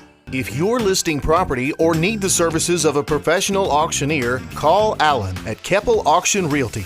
And if you need a custom home, addition, or other builder services, you can still call Alan at H&K Construction. Call Alan Keppel today, 270-791-2288. Keppel Auction Realty and H&K Construction, 270-791-2288. Call Alan Keppel today. It's not something we like to talk about. It makes lots of folks uncomfortable. But the truth is, it's part of life. Folks have many needs when they lose a loved one, and one of those is a friend. Roy Grayville and the staff at Grayville Funeral Home have been friends of this community for a long time. Let Grable Funeral Home be a friend to you with pre-need counseling or other services. No one likes to talk about it, but at Grable Funeral Home, you can talk it over with a friend. A-Plus Family Healthcare provides personalized primary, behavioral, and pediatric care, all right here in Edmonson County. From newborns to golden years, our team provides comprehensive care tailored for your individual needs. Visit us in Brownsville in the Main Street Center and call 270-975-4050 for an appointment today, and visit aplushealth.org. A-Plus Family Healthcare. Care is what we CB Food Store is proud to be your hometown grocery store. At CB, you'll find an entire selection of fresh meats and a complete line of fresh fruits and vegetables. Looking for a product we don't have? Just let us know and we'll do our best to get it for you.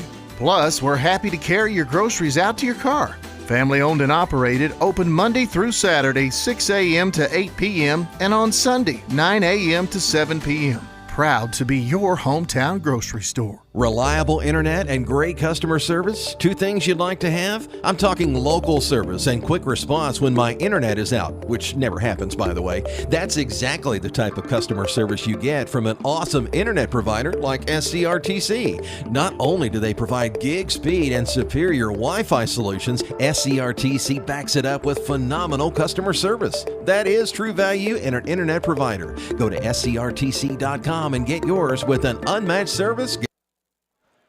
All right, folks, welcome back to Wildcats Live at EdmondsonVoice.com. Tonight's halftime show is brought to you by SCRTC. At the half, the Wildcats trailed the Butler County Bears by a score of 7-0. And that takes us down to our Student Athlete of the Week. And our Student Athlete of the Week this week is sponsored by County Clerk Kevin Alexander. Congratulations to Lily Webb for being named this week's Student Athlete of the Week. Lily is a junior and participates in golf and softball. She's the daughter of Chris and Amber Webb and currently has a 4.12 GPA, Austin. Better than I ever had. That's just a little bit more than I have, by maybe a full point. And just this week, she qualified for the KHSAA State Golf Tournament that starts on Monday. So congratulations, Lily. You are the Wildcats Live Student Athlete of the Week. And with that, we're going to pitch it over to Austin and take another look at our Keppel Auction and Realty Keys to Victory. Yeah, Scott, for the most part, I think we played pretty well in the first half. One of our first key to victory we talked about, Wildcat secondary must be disciplined tonight. We have done that for the most part. We had the one big play where they hit a receiver underneath, and he just broke a tackle and took it to the house. Wildcats have to control their emotions. We've had one penalty that seemed to stem from emotions getting a little high. We need to reel that in. That doesn't help us in any situation during a football game. And then special teams, a big part of tonight. I think our special teams has been really good. We had the one punt that they had a bad snap on. We got it recovered right at the line of scrimmage. It put us in good field position. So I think overall we've held on to our keys to victory pretty good. And I think if we just keep doing that and reel in some of the penalties, we'll be all right. Yeah, I think you're right, Austin. And I think like we said, and this is something we've talked about all year, Granville and I, we get beat by plays, not necessarily an entire game. Yeah. And that's sometimes that's a little bit hard to take, yes. Especially when you've got high expectations for your team. But just like the 69-yard touchdown pass, if you take that one play out, we're pretty solid for the whole first half. And, we've had solid defense on the ball, and the offense has been able to move the ball some.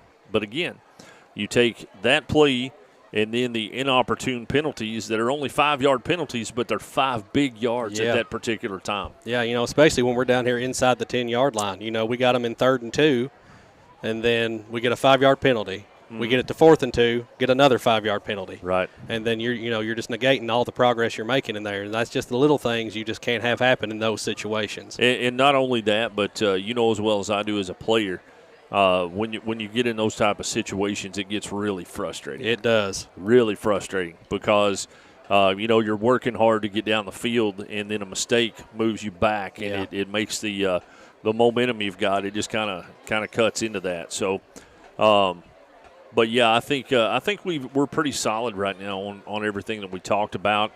Again, It's the plays and the inopportune penalties. You can't take if you look at the stats after the game and see our penalties. If we have 5 penalties for a total of 30 yards, that's not that big a deal. Mm-hmm. Except 3 of them were in the red zone and Yep. they were 5-yard penalties. Yeah. So that's the kind of stuff that'll actually put a damper on what you're trying to accomplish for sure. Yeah. A big thing with penalties, Scott. I coached for a long time. I played all 4 years at Edmonson County. Penalties are going to happen. Right. You're never going to have a game where there's not a penalty that I've ever experienced anyway. But you just gotta move on from them. You can't let them determine what's going to happen the rest of the game. Yeah, I agree, and that's it's.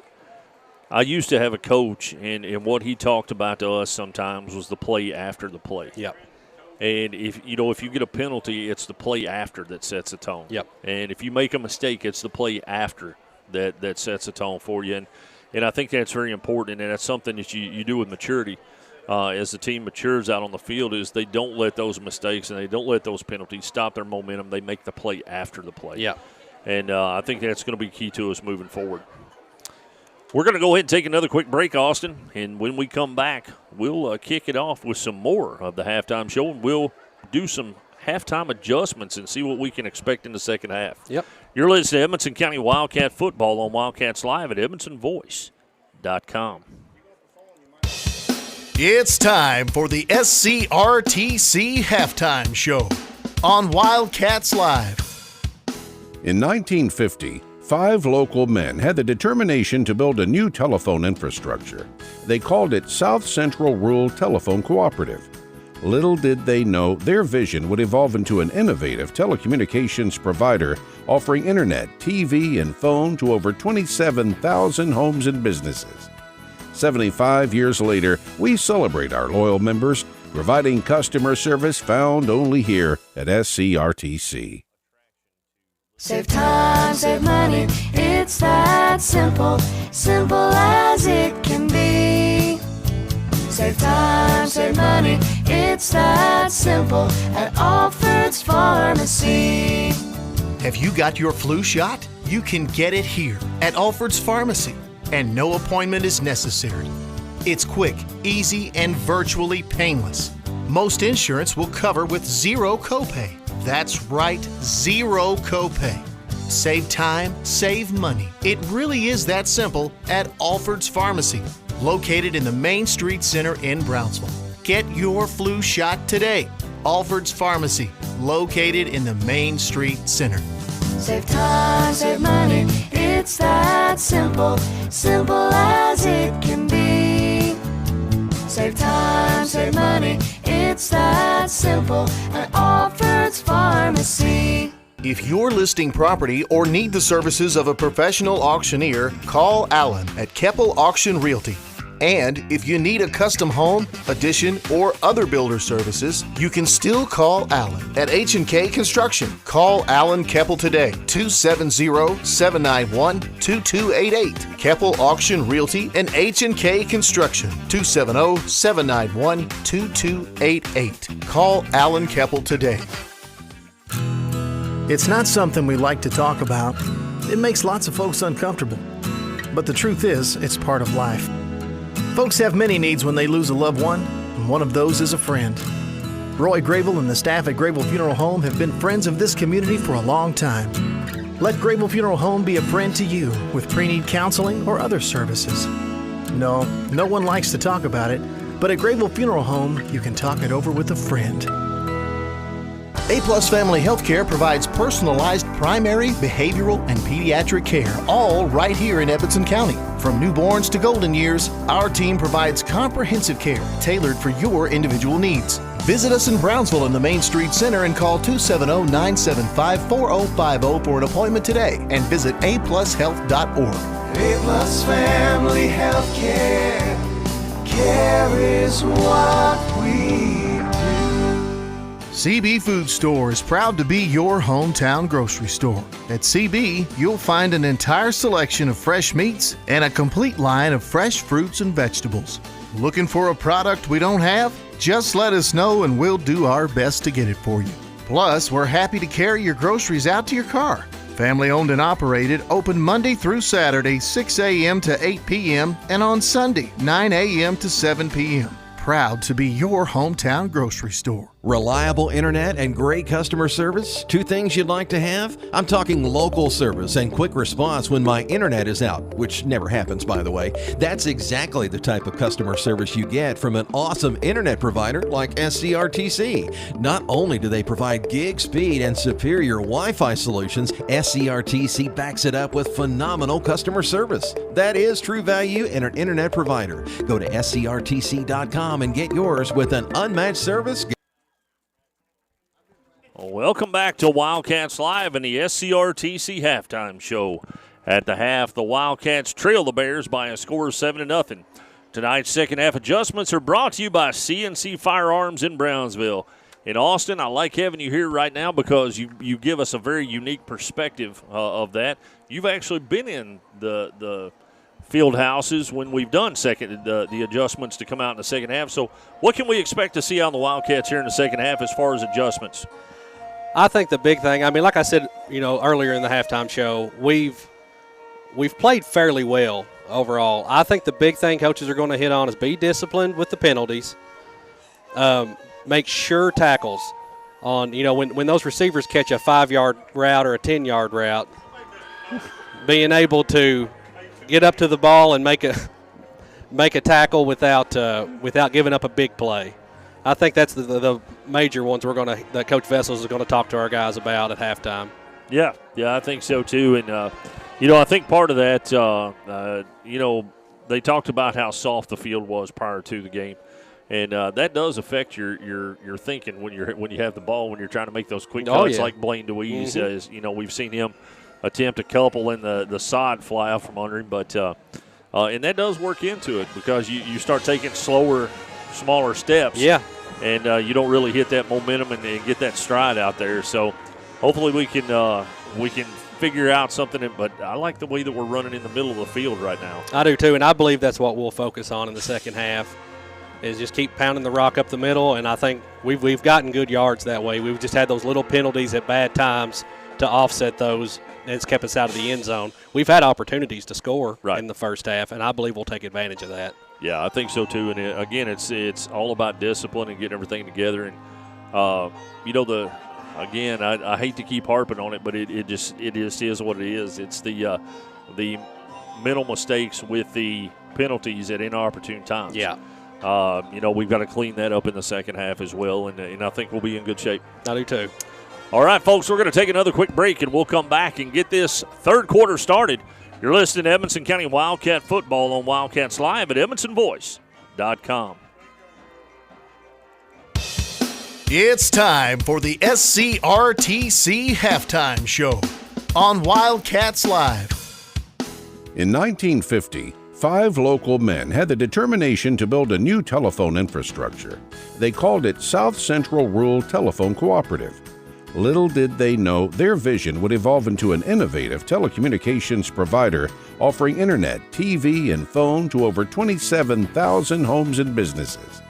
75 years later, we celebrate our loyal members, providing customer service found only here at SCRTC. Save time, save money, it's that simple, simple as it can be. Save time, save money, it's that simple at Alfred's Pharmacy. Have you got your flu shot? You can get it here at Alfred's Pharmacy, and no appointment is necessary. It's quick, easy, and virtually painless. Most insurance will cover with zero copay. That's right, zero copay. Save time, save money. It really is that simple at Alfred's Pharmacy, located in the Main Street Center in Brownsville. Get your flu shot today. Alfred's Pharmacy, located in the Main Street Center. Save time, save money, it's that simple, simple as it can be.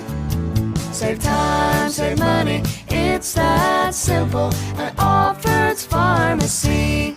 If you're listing property or need the services of a professional auctioneer, call Alan at Keppel Auction Realty.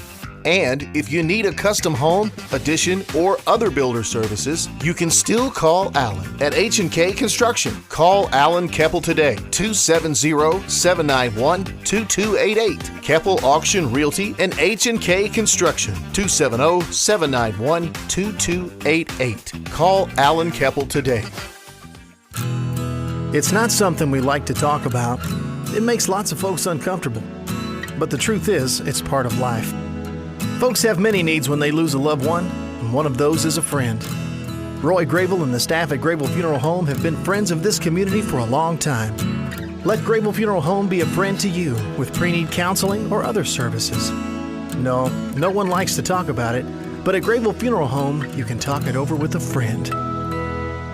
A-Plus Family Healthcare provides personalized primary, behavioral, and pediatric care, all right here in Edmonson County. From newborns to golden years, our team provides comprehensive care tailored for your individual needs. Visit us in Brownsville in the Main Street Center and call 270-975-4050 for an appointment today, and visit aplushealth.org. A-Plus Family Healthcare. Care is what we CB Food Store is proud to be your hometown grocery store. At CB, you'll find an entire selection of fresh meats and a complete line of fresh fruits and vegetables. Looking for a product we don't have? Just let us know and we'll do our best to get it for you. Plus, we're happy to carry your groceries out to your car. Family owned and operated, open Monday through Saturday, 6 a.m. to 8 p.m. and on Sunday, 9 a.m. to 7 p.m. Proud to be your hometown grocery store. Reliable internet and great customer service? Two things you'd like to have? I'm talking local service and quick response when my internet is out, which never happens, by the way. That's exactly the type of customer service you get from an awesome internet provider like SCRTC. Not only do they provide gig speed and superior Wi-Fi solutions, SCRTC backs it up with phenomenal customer service. That is true value in an internet provider. Go to scrtc.com and get yours with an unmatched service. Welcome back to Wildcats Live and the SCRTC halftime show. We're about a minute and a half away from the third quarter, and the third quarter is going to be brought to you by Alfred's Pharmacy here in the Patton Funeral Home second half. Again, with me tonight, Granny is on vacation, but we've got Austin Meredith in the booth with us, and Double D is working on the technical side. Put on them headphones, brother. What's up, guys? How you doing? Great. How are you? Doing good. Oh, pretty good here. Wonderful weather out here in Morgantown. It does feel good, doesn't it? Got a lot of friends out here in Butler County, and it's one of the few visiting schools that I always give props to. That appreciate. Got a lot of good people out here in Butler County. Most other places we go, I really don't care. And speaking of that, though, and you mentioned him on the way in here, and he actually set us up pretty good. But Coach Mark out. Yeah. I mean, class guy, always trying to take care of us, so we appreciate him for sure. Well, our school always tries to take care of the visitors coming in, and, it's not always the same with us. Right. And I'm just telling you how it is. We just kind of show up, and sometimes they let us in their place, and sometimes they really don't care. And sometimes we don't have internet. But, no, appreciate everybody here in Butler County, and you guys are doing a great job, and hopefully the Cats will get something going here in this second half, and we'll come out here with a W. We hope so. That's the key to the victory, is to get everything rolling here in the second half. So we appreciate Double D checking in with us here. Edmonson County is going to be coming in hot and kicking off to the Bears to start the second. So let's see if we can get some momentum right here off the bat and put them back a little bit pinned there, Austin. That's one of our keys to victory with our special teams, is to give them long field position. So let's see if we can do it right here. Or are they going to pooch kick? You never know. I'll be honest with you, and you probably heard me say this many times. I don't trust kickers. I just don't. I don't care if they're punting. I don't care if they're kicking. I just don't trust them because they're just liable to do anything. That's true.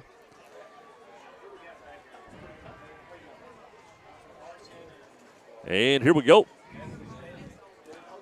White coming on to kick off to Butler County. Got two guys back deep, and I can't see the jerseys from here. And there is the pooch kick. It's going to bounce. It's going to hit. And he's going to take a knee, and a good job by the Bears. They're going to take over at the 37-yard line, looks like. And it's going to be 1st and 10. Scott, with how the Bears ended throwing the ball, that quarterback made a few good passes. They didn't end up scoring on that last drive. I could see them coming out and trying to air it out here. Yeah, I can too. And I think that's probably their mentality right now because they think they found something. Mm-hmm. So we'll see how they start off. And they did move it up to the 38, so it's going to be 1st and 10. Dockery sets up in the backfield. Man goes in motion, single back in the backfield. There's a snap, there's a handoff, and there's the drive up the one thing that we got to figure out, and it's a great job of the Wildcats to get them down, but sometimes we get them turned around that corner and throw them farther than we got to. And I think that was the case there. I think he only got a couple of yards, and then we threw him the other 3. Don't get me wrong. I don't mind him throwing, but throw him backwards. Yeah, throw him the other way. Yeah. It's going to be 2nd down and 5. Dockery sets up. Back in the backfield behind him. Play comes in from the sideline. And the center's throwing his hands up because he has no idea what the play is. There's a snap. Ball. It's low, bobbled. The Wildcat defense runs by him, but Orvis cleans him up. Great job. Go ahead. I'm sorry. It's real easy in those situations, the loose ball to over-pursue it and that guy pick it up and, kind of knife you through the middle. That was a good job of getting flat down the line there instead of running up to him. They gave him a yard on the play. It's going to bring up 3rd down, though. Looks like 3rd and 4. Let's be disciplined right here. Watch it football. Yep.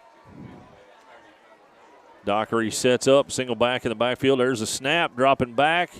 He still got it, throws in the flats. He still got it. The Wildcats are out there and missed the tackle. And it's going to be complete, and that's enough for the 1st down. Yeah, we tried to knock him down with our shoulders and not wrap up on that first hit there. We really need to just grab on and hang on. That's anybody that knows me very well knows that is my biggest pet peeve with secondary people is the NFL teaches them to throw their shoulder into them and try to knock them out of bounds or something, and that never works. Not at this level anyway. Here we go. Dockery sets up. Snap. There's a handoff right up the middle. He's got a blocker in front of him. Muse gets a hold of him, but he's still on his feet. And they're going to drive him to the sideline. And again, there's another flag. I'm not sure why he thought that was a good idea, but that's going to be another flag.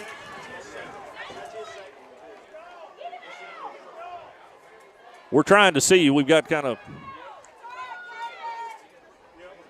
but that is another personal foul, and we'll see what they do on here. I really don't think he was actually trying to ride him that hard, but he was trying to hold him.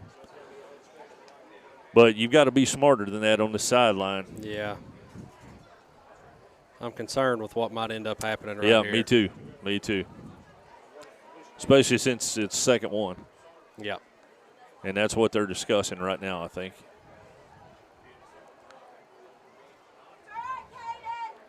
So let's see. They're still discussing it. I would go to commercial break, but I'm not. I'm afraid they'll come back before we could, Austin. Yeah. So they're going at length the discussion here. And so it's going to be definitely at least a 15-yarder. And we're going to see what's going to happen here.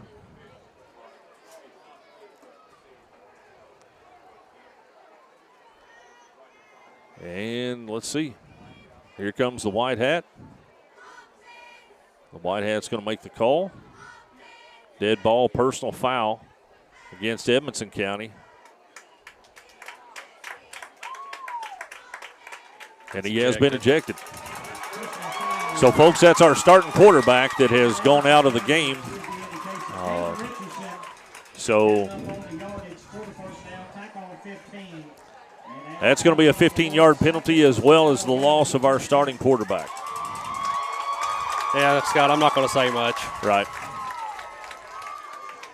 I don't think there's much to say there. No. 22-yard line. And that's going to take it all the way down to the 22-yard line where it's going to be 1st and 10 for the Bears. 9:59 left to go here in the third quarter.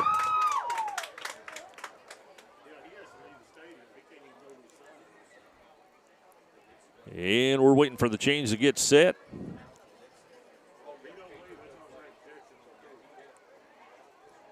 And there we go. There's the play. Coming up to the line of scrimmage. Dockery sets up in the backfield. Single back in the backfield with him.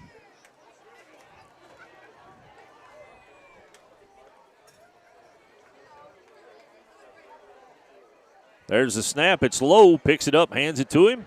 Cuts it back to the middle, and the Wildcats do a good job getting him down at the 20-yard line. Very short gain on the play. Hunter Kentzer gets up off the bottom of it, and Connor Self was in on it as well. Yeah, way to flow to the football there. Now that I've got my composure back, I'll talk a little more, Scott. Yeah, that's fine. I understand. After that penalty there, the rest of the team cannot let that dictate how we play. I agree. We have to get past it.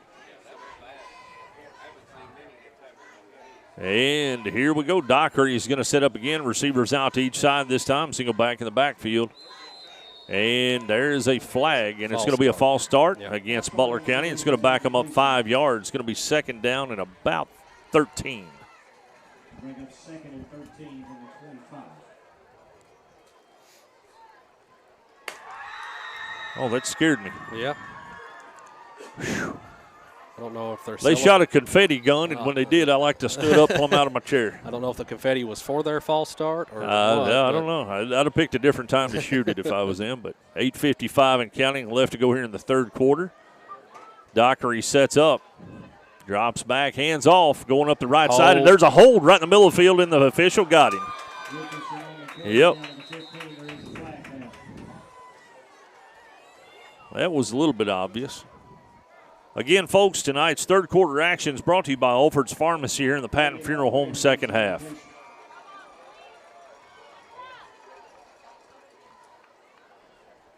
And again, for the, it's going to be the same thing for the Bears here, Austin, and we were talking about inopportune penalties. Yeah. That's going to move it all the way back to the 35. Now this is where our secondary really has to lock in and hold on to their responsibility and trust all their teammates. Yeah, especially since we've lost our middle linebacker as well. Mm-hmm. Dockery sets up. There's a snap. Hands off. Coming up the right side. Good A play. nice job by number 11, Harris. Wow. Great play, great hit, great tackle. Nice open field tackle. A very short gain. I'm liking this Harris kid. I am too. We've called his name quite a few times. Yes, we have. And he's a junior. That's good to know. Yep. 7:50 and counting left to go here in the third quarter.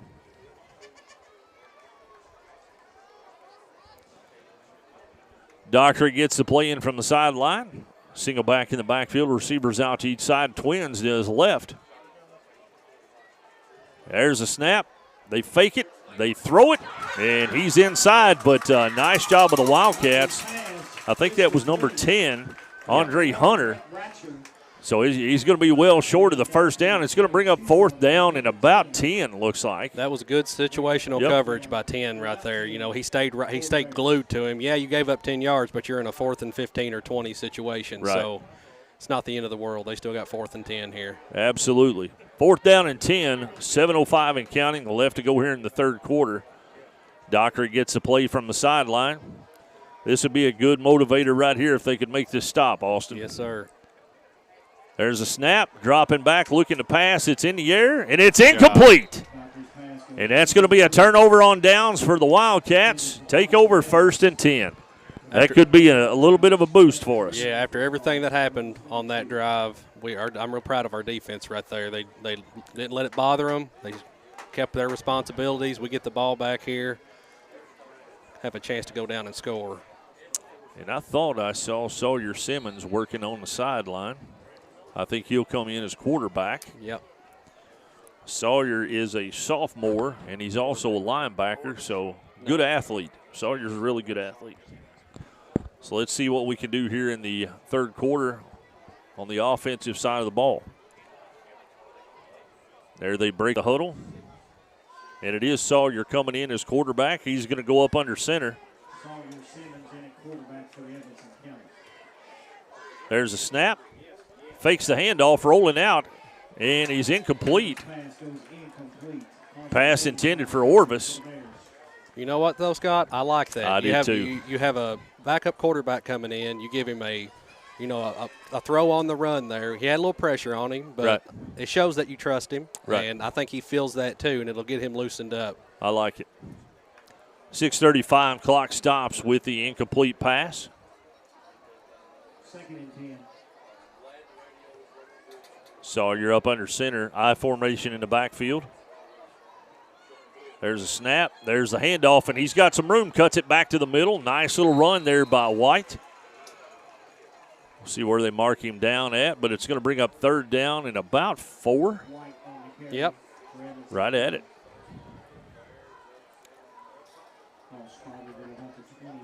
Third down and 4 for Edmonson County. Gain of 6 by White. It's 3rd and 4. Scott, I'm not a betting man, but I would bet every dime I got. I bet you I know what we're going to try.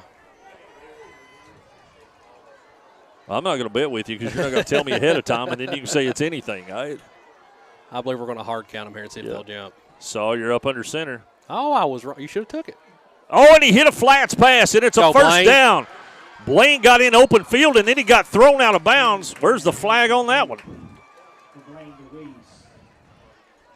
It looked like he was out of bounds when he got tossed from our angle. But that's going to put it up around the 50, and that's another Mickey's Towing Wildcat first down. Nice quick hitter by Blaine and Sawyer Simmons there. Yeah, that was a little bubble route, little flat route to our slot receiver Blaine there. And if they're going to play that coverage off of our inside receiver, you can hit that all night long. Right. That's actually a really good play to bust that up. Yes. Shirley Reynolds checking in with us. Tara Madden. Aiden Seabolt. There's Sawyer going to hand the ball off, and the ball's down. I think he got back on it, though. Oh, no. Did he wrestle it away? I think they're saying that we had it. Oh, no. They say that they had it. So it's going to be a turnover at the 50-yard line, 1st and 10, Butler County.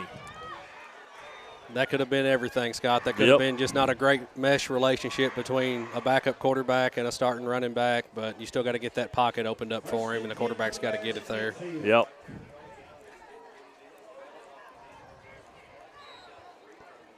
All right, here we go. Another inopportune turnover right there, and we had some momentum going. 5:39 left to go here in the third quarter. The Wildcats trail Butler County by a score of 7-0. Dockery sets up in the backfield. He's got 2 backs in the backfield with him, receivers out to each side. Man goes in motion. Dockery looking. He's got the runner coming straight up the middle, straight up the gut, and he's still on his feet. And Caden Richardson on the carry, and Self was in. Self was in on the stop, along with number 42. That's Caitlin Smith. But that's 2nd down and 1.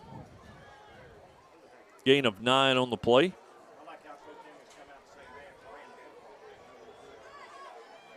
And Dockery sets up in shotgun formation. There's a snap. There's the handoff. He's trying to find room. Cuts it up the middle. Orvis misses in the backfield. He's still on his feet. Takes it down to the 21-yard line where he's finally taken down by number 55, Lindsay, and number 42, Smith. Yeah, that was a counter run right there. They pulled that backside guard and tackle. You just got to be able to flow with that. Yep. That's one of those that'll gas you if you give it a chance, and it did. Yeah, if you hesitate at all on the defensive line on that play, it's easy to get gaps formed.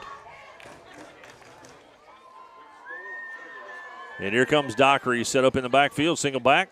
Handed off, going up the middle. Hunter Kinzer got him that time, and he said nay. Easy. Yeah. Okay. Orvis was in on the stop as well, but it's hard to run against Hunter when he's got a hold of you. Yeah. You ain't going to drag him. That was a good play by Hunter there. They tried to run trap. They tried to leave him and let a guard come and kick him, but I think Hunter seen it coming. Yeah, there was a little fabric softener in there. I think it's called bounce.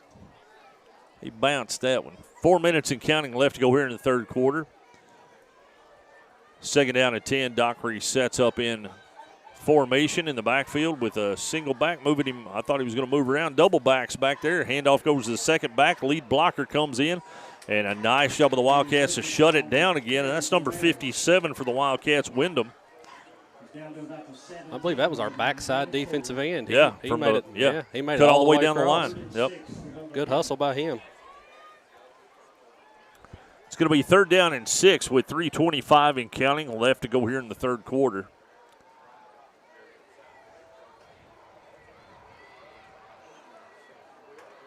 There's a snap, dropping back. He's looking to pass. He's got him out in the flats. We've got some people out in the flats. They overrun it. Oh! He overrun one, but he didn't do the second one. Guess who that was? Who was it? That was Roger Harris again. Yeah, number 11. He's all over the field. He said, nay. Wow, no gain on the play, and that was set up to be all kinds of room. Yeah. Nice job by Harris to kick that out. It's going to be fourth down and 6. 2:45 and counting left to go here in the third quarter. What a great defensive play by Harris. Yeah, that was awesome. And here we go. Dockery sets up in the backfield with a single back. Receivers out to both sides. There's a snap. He's dropped back looking to pass. It's in the flats on this side. He's got it. And they're going to stop him short of the 10, and it looks like it's short of the first down from here.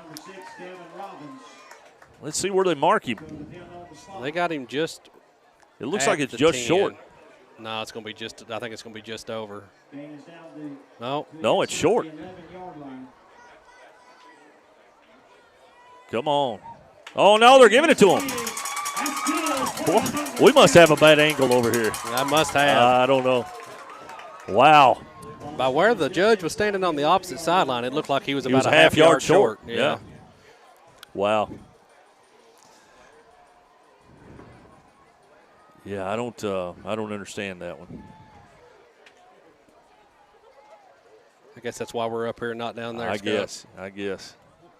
It looks like where they've got it marked right now was short of where it was to start with.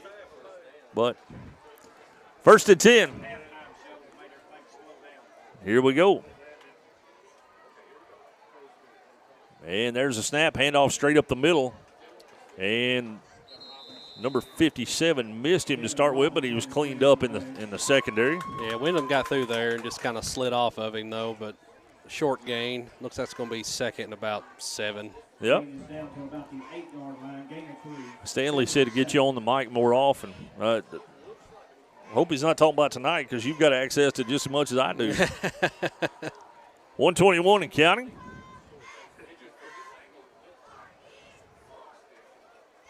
Here we go. Dockery comes out, sets up in the backfield with a single back.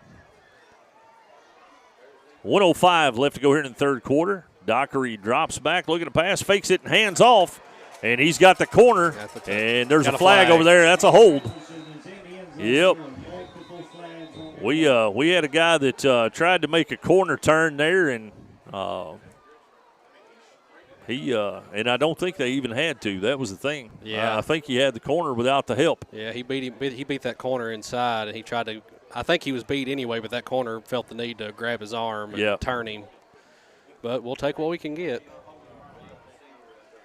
Yep, I agree. I think he was in without the penalty, or without the help, and there we go. 57.3 seconds left to go here in the third quarter.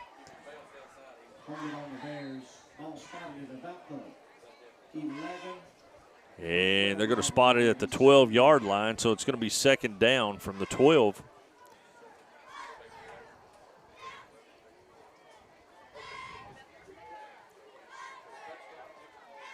Dockery sets up in the backfield. Drops back, fakes the handoff, rolling out to his left, throwing back, and it's incomplete. And who's the defense on 20, that? That's Self. Self, yep. Great job by Self. That was blanket defense right there. All over him. Clock stops with 51.5 seconds left. And like I've said all night, Scott, other than the one big play, I felt like our defense has played well. Solid, yep. And they're actually playing a man down right now, which is, a starter down. But next man up, that's how these games work. That's always it. Dockery calls the play, sets up with a single back in the backfield. Receivers out to each side. They're pretty spread over here. They may be looking at the big end of the field here. And snaps low. They hand the ball off up the middle. He's still on his horse. Nice job, the Wildcats. They've got 7 people in there on him. And that's going to be short, and it's going to be 4th down. 40 seconds and counting left to go. 4th and 8. Yep.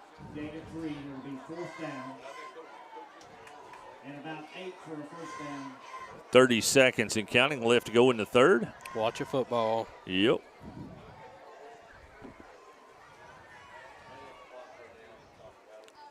Fourth and 8 coming up, and they can get the first down at about the 2-yard line, Austin. Yeah. But they've got to get there. Here we go. Watch the ball and be disciplined. Dockery in shotgun. And they're going to take it to the end of the quarter. And at the end of the third, the Wildcats and the Bears tied up at 7. You're listening to Edmonson County. Tied up 7-0. 7-0. You're listening to Edmonson County Wildcat football on Wildcats Live at EdmonsonVoice.com. Patton Funeral Home is a family-operated business that has proudly served Edmonson, Barron, and the surrounding counties since 1969. In our close-knit community, we consider those we serve our neighbors, family, and friends. We're committed to providing affordable excellence to all that place their trust in us. Patton Funeral Home, serving you in 3 locations: Brownsville, Park City, and now Cave City. Visit PattonFuneralHome.com, continuing a heritage of caring. CB Food Store is proud to be your hometown grocery store. At CB, you'll find an entire selection of fresh meats and a complete line of fresh fruits and vegetables. Looking for a product we don't have? Just let us know and we'll do our best to get it for you. Plus, we're happy to carry your groceries out to your car. Family owned and operated, open Monday through Saturday, 6 a.m. to 8 p.m. and on Sunday, 9 a.m. to 7 p.m. Proud to be your hometown grocery store. Welcome back to Wildcats Live at EdmondsonVoice.com. Tonight's fourth quarter action is brought to you by Alfred's Pharmacy here in the Patton Funeral Home second half. And at the end of the third, the Wildcats in Butler County 7, the Wildcats nothing. It's 4th down and 8. And they're going to try to go for the field goal here. See if we can get a block here. That'd be nice, wouldn't it? A block with no penalty would be better. There's a snap. There it is. And it looks like it's dead center. Great kick. Yep.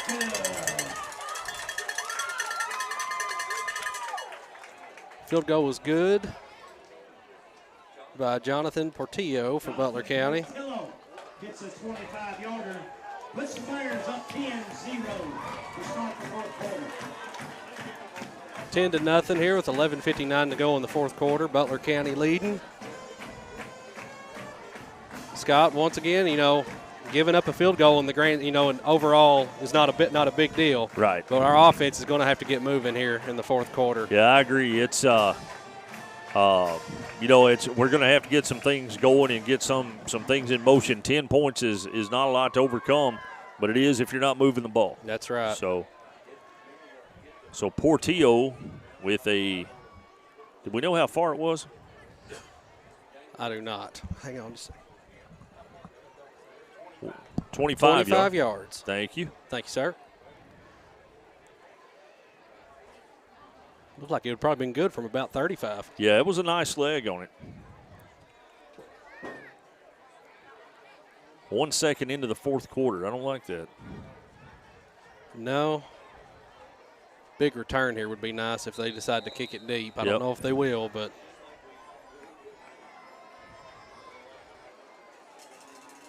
Butler County set to kick off here. Onside kick. It ain't gonna reach it. Get back from it. Didn't go far enough. That's good. That means we get a good spot there. Yep.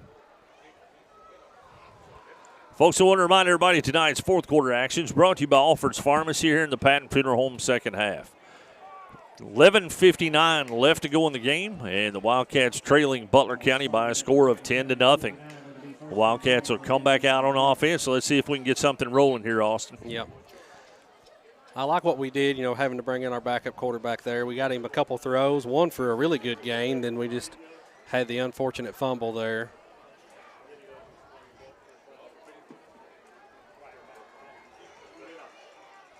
All right, got Simmons lined up under center.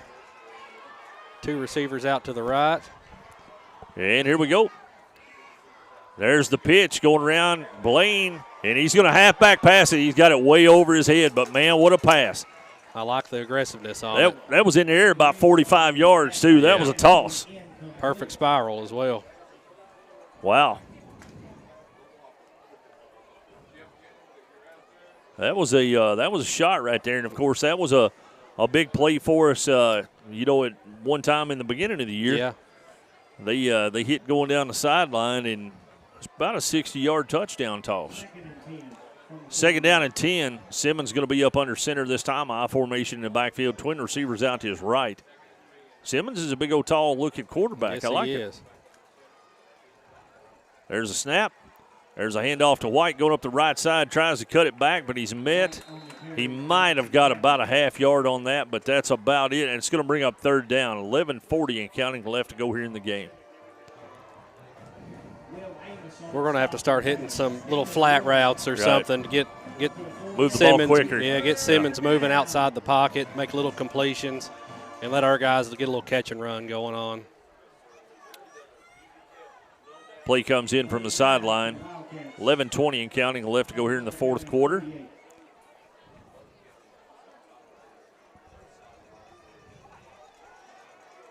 Simmons breaks the huddle, brings him the line of scrimmage. I formation in the backfield. Receivers out to his right side. There's a snap. Fakes the handoff, rolling out. And he's got him over on the flats, and just exactly what you said, in a late hit. That's going to be an automatic 1st down there. That's a late hit penalty. Personal foul, 15-yarder. We'll take it. Yep. That's exactly what we need to do there, especially with, like I said, a quarterback that's not played much this year for us on the game field. Get him out there, short completions, get him confident. Right. And then it gets to the point where we need to take some shots. He'll feel confident about doing that. And it's always a lot better and helps your confidence when you've got a much smaller field in front of you. Yes. And that's going to be that's going to take it down to inside the 30-yard line, about the 28, and it's going to be 1st and 10.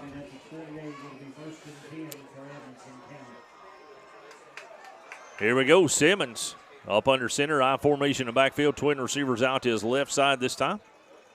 There's a snap, there's the handoff to White going up the right side, cuts it back, he's still on his feet, and I think he made it down to around the 10. Depending on where the spot is, but a nice run by Colton White there. Yeah, good movement by our offensive line there. I think Colton, he didn't dance. He made one cut, and he got vertical up the field. I said 10. I'm sorry. It was a 20-yard line. But so it's going to be 7 on the carry. 2nd down and 3. Simmons up under center. Ooh, a little hybrid there. I like it. Man comes in motion. There's the pitch. Cuts it back. He's got a blocker in front of him across the 20, the 15, and there's was that a flag? There's a flag back.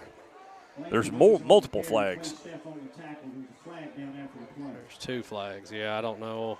This one was thrown after the guy picked him up. But it looks like Edmonson County is going to be backing up from what it looks like from the. Holding on Edmonson County is the indication. And that's another one of those kickers there, Austin. Yeah. You get some positive momentum. Wow. So instead of 2nd and short or even the 1st down on the run, it's going to be a 2nd down and 9. 9:52 and counting left to go here in the game.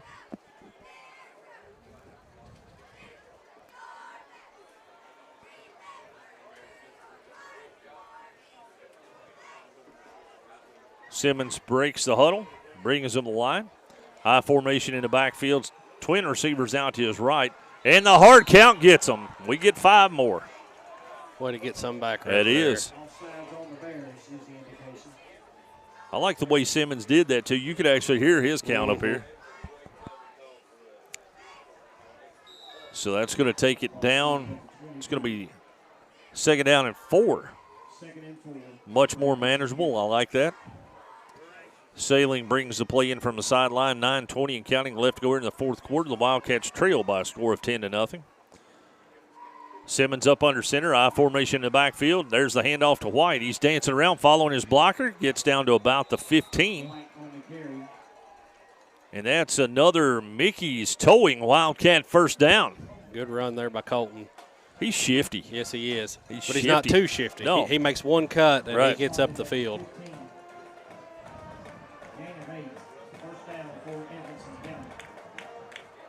And that's going to be a first down with 8:52 in counting. That pole's right in the middle of that number there.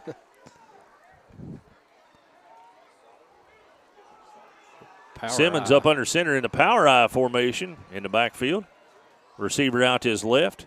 And handoff's going to go to White again. He's following the blocker, and he's going to be taken down. And I saw a flag throw in, though. That's in an area that's probably going to get us another 15 or another 10 yards from the spot of the foul. I'm afraid you're right. Does stop the clock with 8:33. Looked like that defensive lineman got a little low on us and got around us, and we just kind of jumped on his back and rode him to the ground. I can speak from experience that you can't get away with that. I've tried it once or twice in my time. Yeah. They see it most of the time. Yeah.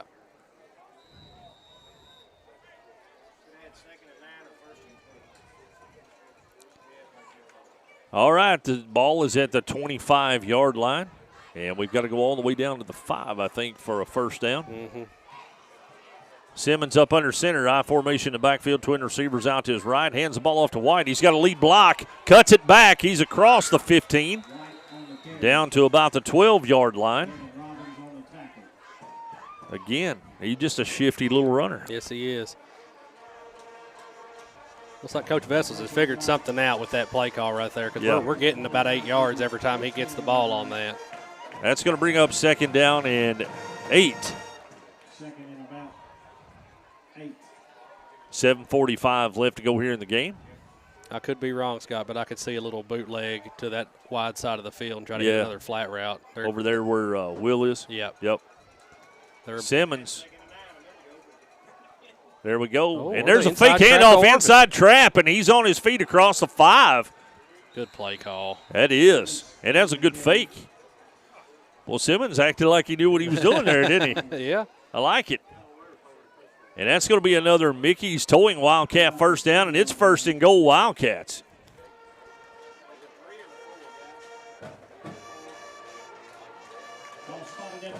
Yeah. 7:15 and counting, first and goal from the 4-yard line. Simmons breaks the huddle, brings him up to the line, got an I formation in the backfield, twin receivers out to his right. There's a snap. They hand the ball off to White again. He cut to the middle. Touchdown. And it's touchdown, Wildcats. 6:54 left to go in the fourth quarter. Colton White with a 4-yard touchdown. That was a tough run right there.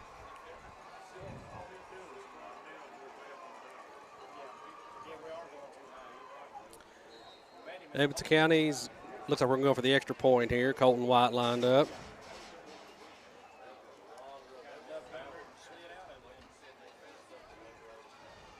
Looks like we got Simmons as holder. He's got to get his composure here. That was a good drive he led us on. Good hold. Oh, he got it over. Good. It was wide right. Yep. We had some leakage coming through from the left side there. Had to rush it a little, didn't he? Yeah.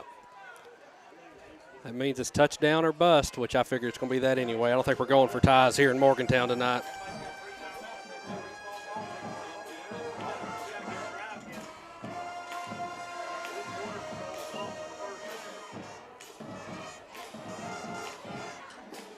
So 6:54 left to go here in the game, and the Wildcats trailing the Bears by a score of 10-6. Yeah, 6:54 to go in the fourth. And here we go. Our defense is playing pretty well. I don't know if we try to, slip an onside here and try to get the ball, or we trust our defense to give us another stop here, which, like I said, our defense has played very well all night long. They have. They've been solid.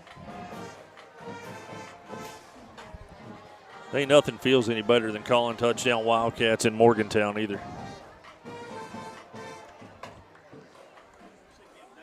6:54 left to go here in the game. And again, tonight's fourth quarter actions brought to you by Alfred's Pharmacy here in the Patton Funeral Home second half. Colton White on to kick off.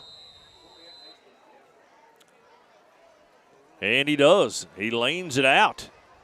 Oh, and that's going to stay right there. Oh, he has to pick it up because it died. Coverage. And if we get to the sideline, there it is. We're going to pin them nice. That's exactly what we needed, I think, there, Austin. Great job. Yep, I do too. I think it's our best option there. Our defense has played well. Give them a long field. Put a little bit more pressure on that freshman quarterback. Especially right here toward the end of the game. I'm ready for it. Yep. Great job by the Wildcat defense to get in on it. Great kick by Colton White, just legging it out there.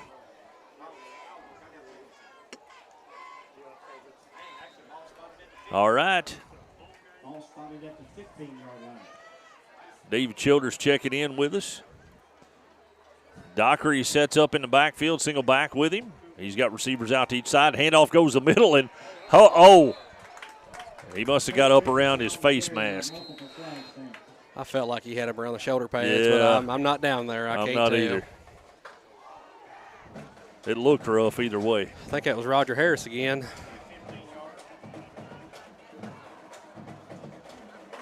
We'll see what looks like they're picking it up, but what are they gonna call? They're moving the football. Yep. Personal foul face mask. Personal foul face mask.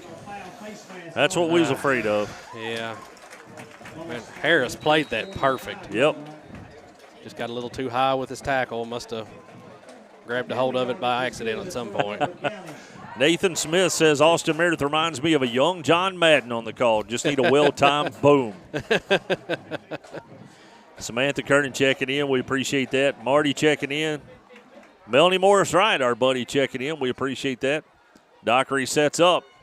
Handoff goes up the right side, and he's got some room. And that's number 42, I think, for the Wildcats. It's going to take him down there. That's Kalen Smith.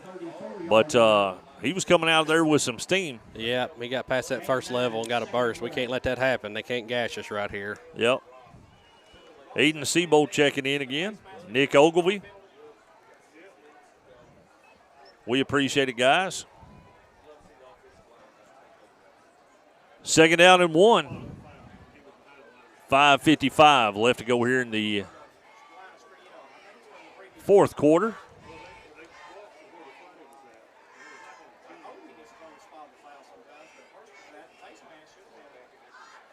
And here we go. Dockery. Hand the ball off going straight up the middle. Bounces at the outside. He's still on his feet. He's got a hold out there in front, and there's the flag. Thankfully. You can run it all you want to, Hoss. We coming back. Yeah, don't y'all get too excited. Yep, there was a hold right there at the 50-yard line.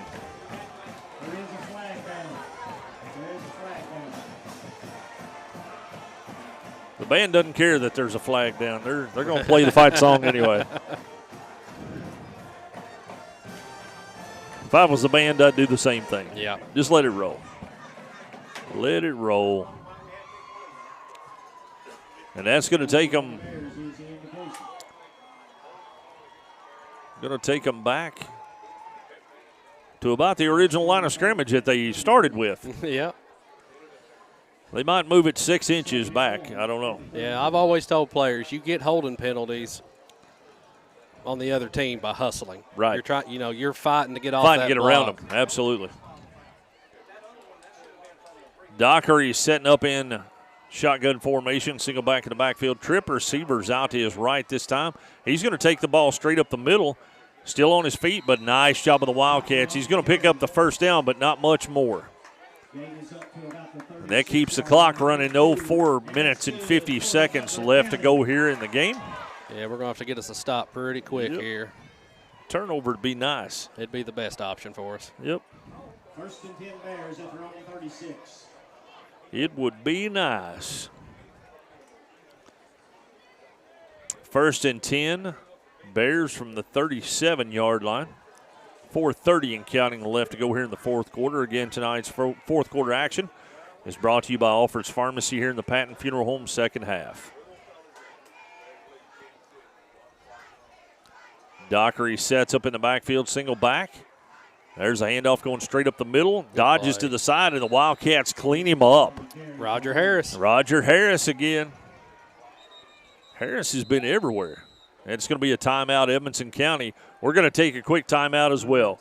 You're listening to Edmonson County Wildcat Football on Wildcats Live at EdmondsonVoice.com. Patton Funeral Home is a family-operated business that has proudly served Edmonson, Barron, and the surrounding counties since 1969.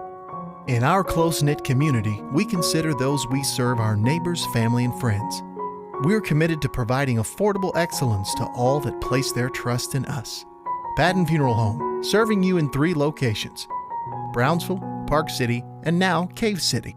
Visit PattonFuneralHome.com, continuing a heritage of caring. Welcome back to Wildcats Live here on EdmondsonVoice.com. Again, tonight's fourth quarter action is brought to you by Alfred's Pharmacy here in the Patton Funeral Home second half.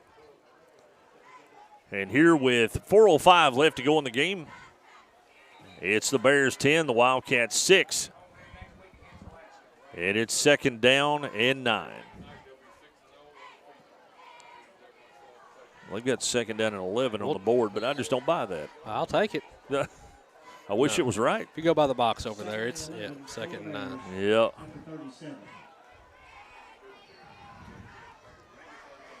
All right, here we go. Dockery brings them back out, sets up in the backfield with a single back.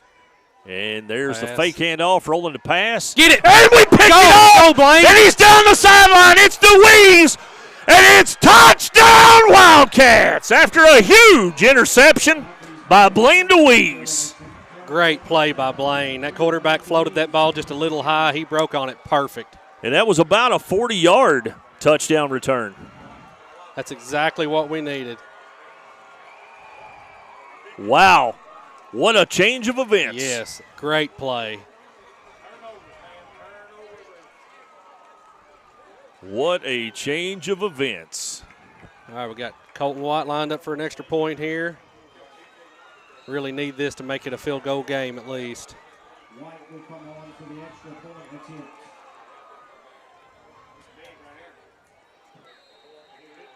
Good. Kicks up and good by Colton White. 3:53 to go in the fourth. Edmonson County takes their first lead of the game, 13-10. That is the big play we need, Scott. Yes, sir, I agree.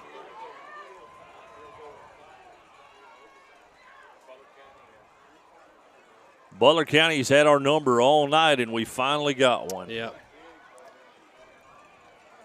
Defense keep doing what we're doing.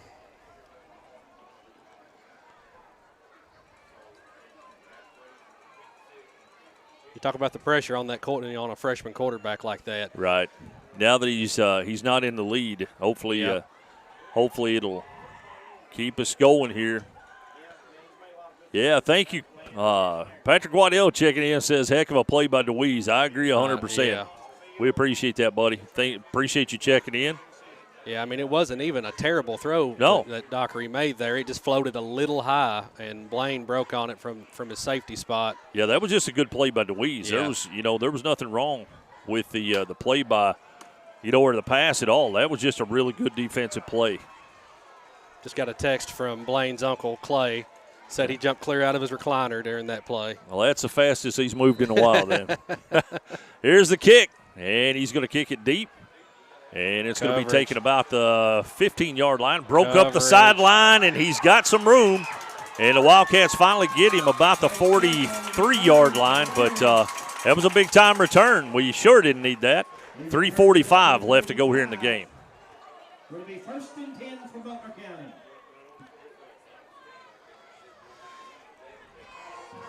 If our defense just keeps playing how we're playing, I think we're going to end up just fine here. Yep. Another turnover here to seal it would be awesome. Clay might not have a recliner left after that. I'll buy him a new one. I was just kidding, Clay. I'm not going to do that. Dockery sets up in the backfield with twin backs. He moves one of them around. Receivers out to each side. Dropping back. There's a handoff straight up the middle. And the Wildcats miss him on the first round, but they got him on the second round. They're going to stop him right at the line of scrimmage. It's going to be 2nd down and 10. Clock continues to run with 3:30 in counting. You're not going to believe me when I tell you this, but Roger Harris was the one that finished up that tackle. I'm shocked. I didn't see who hit him in the backfield initially, but I think Kentzer was in on the push, but we'll take it. We will take it. Here we go. Dockery sets up in the backfield. Twin backs in the backfield. Receivers out to each side. And there goes the handoff again, straight up the middle. And again. Ball's out. We got it. And the Wildcats are on it. Hunter Let's Kintzer's see. got it. And it is Wildcat There football. 2:56 left to go in the game, and the Wildcats force a fumble. And what are they talking about? I don't like that. Our kid got up with it. We had it. And it is Wildcat football. I think they're still discussing, Scott. I thought he was pointing again. I think he was telling Butler County to get back in their huddle. Oh, I don't like it when they talk about it. I mean, our kid got up with the football. Vessels is coming out on the field a little bit, and he's yelling at him too. This is going to be a big turn right here. I've got my binoculars out for this one, Austin, because they're going to say it's 3rd down Butler County. Holy cow. That football was loose to the side of their runner, and Hunter dove in there and got it off the ground. I don't understand that call, but it's still going to be 3rd down. But the clock starts, 2:50 and counting left to go here in the 4th quarter. Wildcats need to come up with another big play right here. Edmonson County's got 2 timeouts left, and Butler County has 3. Dockery sets up in the backfield. Receivers out to each side. Here's where our secondary's got to dig in right here. There's the snap. There's the push. The Wildcats, and we got held in the backfield, but no flag. And they're coming in, and there it is. And there's going to be a flag on the play. 2 minutes and 20 seconds. The clock stops, but it's definitely a flag on the play. And they're going to back it up.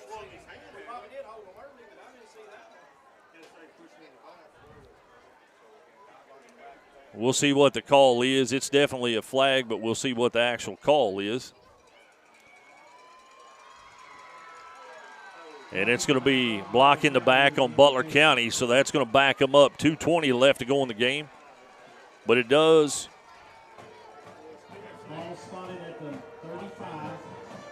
We'll see what the – so it's 3rd down and about 22, We got to watch wheel routes. Yep, especially to the wide open field over there. Will's over there by himself. Our safety's got to be able to play across the way there. He's cheating this side, though. I don't like that. Drops back. He's looking this side. Ball's in the air. Pick it off. We got it! Our ball. Yes, sir. Yeah, we got to have 1 foot in high school. Yes, sir.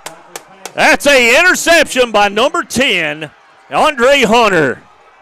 2 minutes left to go in the game, and it's intercepted on the sideline. He floated that ball just a little bit too far, and Andre Hunter picks it up for the Wildcats. They may have got the fumble call wrong, but they got that one right. And again, Butler County does have 3 timeouts, so the Wildcats are going to have to be able to move the ball here. Ball security is the biggest thing. Yes, sir, because they'll be trying to strip it.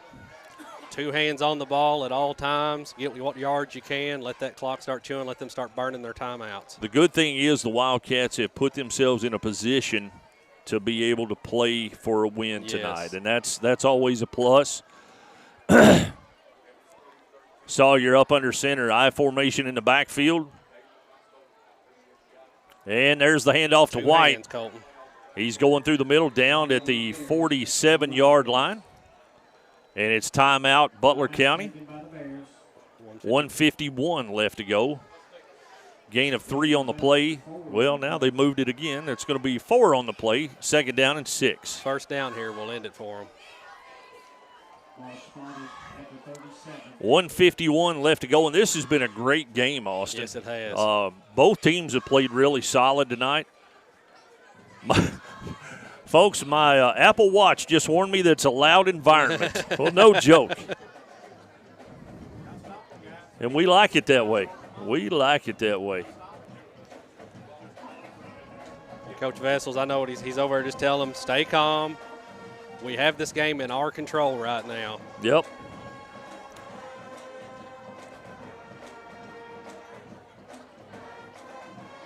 Coach Vessel's wife is checking in with us, said we can't take this excitement into Vessel's house. You ought to be here, dear. You ought to be here. If you can't tell by my voice, it's a little bit exciting here. So, again, folks, we appreciate all of our listeners and our watchers and everybody checking in with us tonight. Again, 1:51 left here in the game in Butler County. The Wildcats 13, the Bears 10. We have nobody on Will Salins at the top of the field. Now there he goes. Yeah, he's going to leak out now.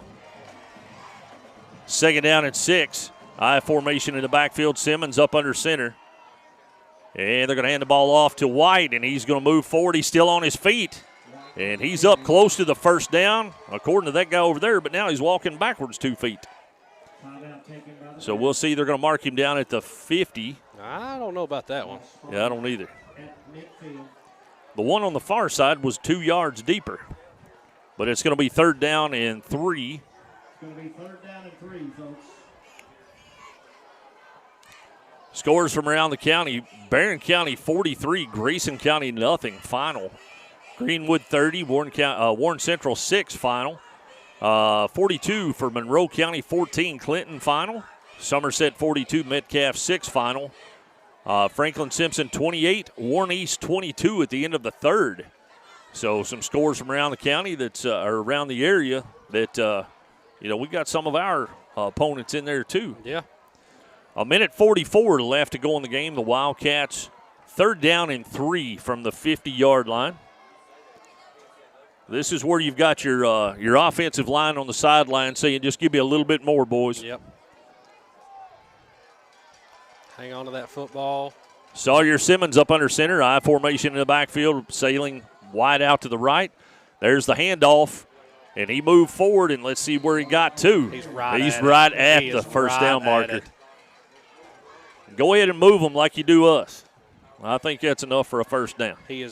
Come on. They're going to measure it. Of course they are on ours. They ain't measured one all night. That's a first down. Yeah. Oh, come on. Yeah. This is a big call right here. Yeah, I've been asked to give a shout-out to Joe Monroe. He couldn't be here tonight. He's partaking in some festivities in Litchfield. Yeah, I heard he was up there at the show. But he's keeping track of us. I've been updating him with the scores as the games went on. We appreciate that, Joe. So what are they doing? Yeah, he told the chains to come out. Okay, here we go. Come on, one time for us. One time for us.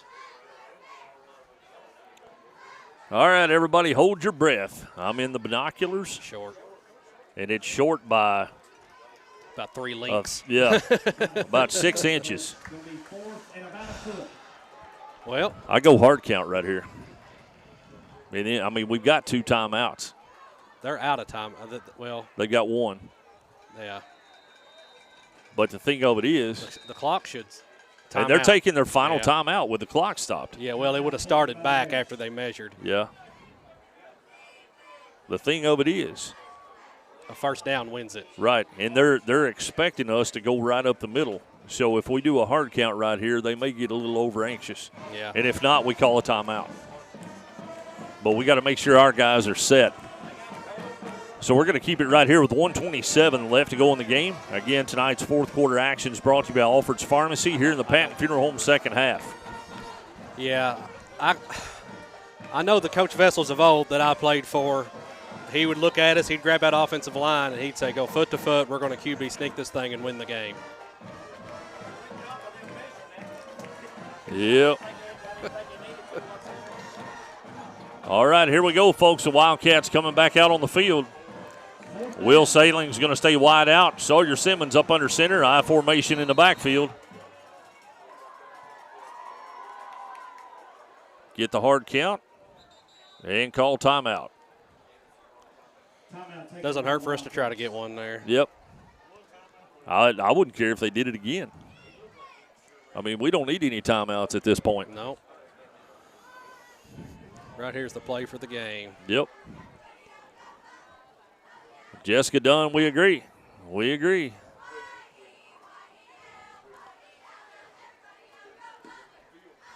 Whew. Boy, it sure has been exciting here tonight. I will say that. Miss Medina, we agree. Here we are at the end of the game, 127. The Wildcats are in position to win their second game of the season. All they need is about 6 inches. And we'll see what the Wildcats can dial up here. But again, Austin, the important thing is that they've worked hard and played into a position to be able to be competitive and win this game. Yeah, with everything that kind of went against us so far this game, our defense especially really just buckled down. Right. And made some big plays when we really needed it. All right, boys, this is for the game. All right. Here we go. Simmons up under center. They're lined up offsides. There it is. There's the pitch. Oh, my gosh. He's got it. First and he's down. first down, Wildcats. Great play call. Butler County was stacking the box, expecting the QB They were sneak. expecting the sneak right up the middle, and the Wildcats pitch it to the outside. And that's going to be a 1st and 10. Wildcats, another Mickey's towing Wildcat first down. But more importantly, that's going to seal the deal. Yep, we can go into victory formation and run the clock out at this point. Just need the good snaps. Good transfer there between the center and the quarterback. Kneel this thing out, go back to Brownsville with a win. We agree, Jamie Carnes. We agree. 1st and 10 Wildcats, 55 seconds left to go here in the fourth quarter. And they're going to run it all the way down, looks like. They've got his hand in the air. And they haven't even broken the huddle yet. We're going to burn our last timeout, run it as far down as we can, burn our last timeout, take 2 knees, and we go to the Timeout house. Wildcats with 40.8 seconds left to go in the game. And barring something crazy, the Wildcats will pick up their second win of the season. What a hard-fought win by our guys here tonight. If we can get there, we just got to get good ball security, good snaps. I'm not going to count it till it's over. Rick Keith, the score is Edmonson County 13, Butler County 10 with 40.8 seconds left. Final from Glasgow, Glasgow 35, Hart County 6. So here we go, the Wildcats trotting back out on the field. And I tell you what, I know it's early, and I'll let them take this knee, and then we'll go from there. 40.8 seconds left. The Bears with no timeouts. The Wildcats with no timeouts. There's a snap. There's the kneel. And the clock starts. And I know it's hard to do before the game's even over with, but let's get Sawyer Simmons a huge shout out for coming in here in the second half when we lost our quarterback. And, keeping everything together and moving on down the field. It was a defensive play that, that won the game for us, but Sawyer played solid in the second half. Yeah, being thrown into the fire like that, just unexpected, but next man up, he come in and controlled it well. And here we go, folks, at the end of the game. We're going to let it go down to double zeros, and it's the Wildcats 13, the Bears 10 here in Butler County. You're listening to Edmonson County Wildcat football at Wildcats Live at EdmonsonVoice.com. CB Food Store is proud to be your hometown grocery store. At CB, you'll find an entire selection of fresh meats and a complete line of fresh fruits and vegetables. Looking for a product we don't have? Just let us know and we'll do our best to get it for you.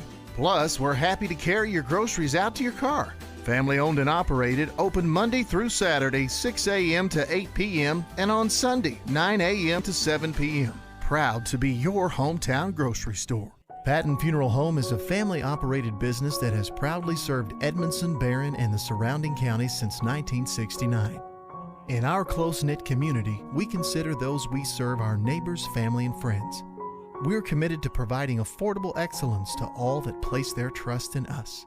Patton Funeral Home, serving you in 3 locations: Brownsville, Park City, and now Cave City. Visit PattonFuneralHome.com. Continuing a heritage of caring. Alfred's Pharmacy brings you the latest technology with decades of experience right here in Edmonson County. Locally owned and operated, Alfred's provides fast, friendly service with the care that you deserve. Whether you need personalized help, a vaccine, or just a simple refill, call 270-597-1044 or visit alfordsrx.com for more. Save time, save money, it's that simple at Alfred's Pharmacy. Life moves fast, and so should your internet. NCTC, powered by Warren RECC, provides consistent lightning-fast fiber internet so you can work from home, learn virtually, schedule online doctor appointments, game like a pro, stream TV, and so much more. NCTC, powered by Warren RECC, proudly serves Warren County and now Butler, Edmonson, and Grayson counties. Visit our local websites to find out more. All right, folks, welcome back to the CB Food Store postgame show. Here's the Wildcats steal a big victory here in the 4th quarter at Morgantown, 13-10. And we're not going to have any postgame stats tonight because we're so excited that we didn't even do them. Yeah, I was too worked up the whole time. And that's we'll get some stats from Coach when he comes up here, hopefully. But, man, just what a solid win to come down here in Morgantown against a very good Butler County Bear team. And, it didn't look good for us here late in the 4th quarter, but a big interception by Blaine DeWeese on the sideline takes it home for us. Yeah, big interception score to give us the lead. Big extra point by Colton White on that to give us a 3-point lead. And then our defense holds strong, and we get another interception right here on the sideline, a little toe tap interception as he's going out of bounds. And we're able to hold off, and offense is able to get us a solid first down and be able to knee it out, go back home to Brownsville with a win. And nothing works out the cobwebs like a nice win. Yeah. And, I know the coach has been a little bit frustrated, and they've been working really hard in practice. But they put it together and came down to Butler County and got a big win. So that takes us to 2-4 on the season. And next week we'll be at home against LaRue County, who had I think they won tonight. So I'll check that and verify that. But we're going to take another quick break, folks, and when we come back, we'll talk about our player of the game, and also hopefully we'll have Coach Justin Vessels up here, and maybe he'll even smile. We don't know about that. Can't promise that one, but we do promise that we'll be back here in just a couple of minutes. You're listening to Edmonson County Wildcat Football on Wildcats Live at EdmonsonVoice.com. For nearly 100 years, Bank of Edmonson County has been a place to find friends helping friends. It's still locally owned and operated with a complete line of deposit and loan products, and with mobile banking with deposit capture, helping our friends has never been easier. Bank of Edmonson County, you're our first priority. Equal housing lender, member FDIC. Wildcats Live on the Edmonson Voice is presented by Alfred's Pharmacy and Drive-Thru, located in the Main Street Center in Brownsville. Alfred's Pharmacy provides super fast service, whether it's in the drive-thru, inside their retail location, curbside service, or even free delivery. Call 270-597-1044 to find out how they can save you time and money. Save time, save money, it's that simple at Alfred's Pharmacy. Are you ready for fast, reliable internet? NCTC, a 75-year communication veteran, and Warren RECC, your trusted energy provider, have teamed up to bring high-speed fiber internet to Edmonson County. We offer plans starting as low as $64.95 a month, and we never require a contract. If you're ready for internet that can keep up with the speed of your life, give us a call at 877-367-8550 and sign up today. Patton Funeral Home is a family-operated business that has proudly served Edmonson, Barron, and the surrounding counties since 1969. In our close-knit community, we consider those we serve our neighbors, family, and friends. we're committed to providing affordable excellence to all that place their trust in us. Patton Funeral Home, serving you in 3 locations: Brownsville, Park City, and now Cave City. Visit PattonFuneralHome.com, continuing a heritage of caring. CB Food Store is proud to be your hometown grocery store. At CB, you'll find an entire selection of fresh meats and a complete line of fresh fruits and vegetables. Looking for a product we don't have? Just let us know and we'll do our best to get it for you. Plus, we're happy to carry your groceries out to your car. Family owned and operated, open Monday through Saturday, 6 a.m. to 8 p.m. and on Sunday, 9 a.m. to 7 p.m. Proud to be your hometown grocery store. If you're listing property or need the services of a professional auctioneer, call Alan at Keppel Auction Realty. And if you need a custom home, addition, or other builder services, you can still call Alan at H&K Construction. Call Alan Keppel today, 270-791-2288. Keppel Auction Realty and H&K Construction, 270-791-2288. Call Alan Keppel today.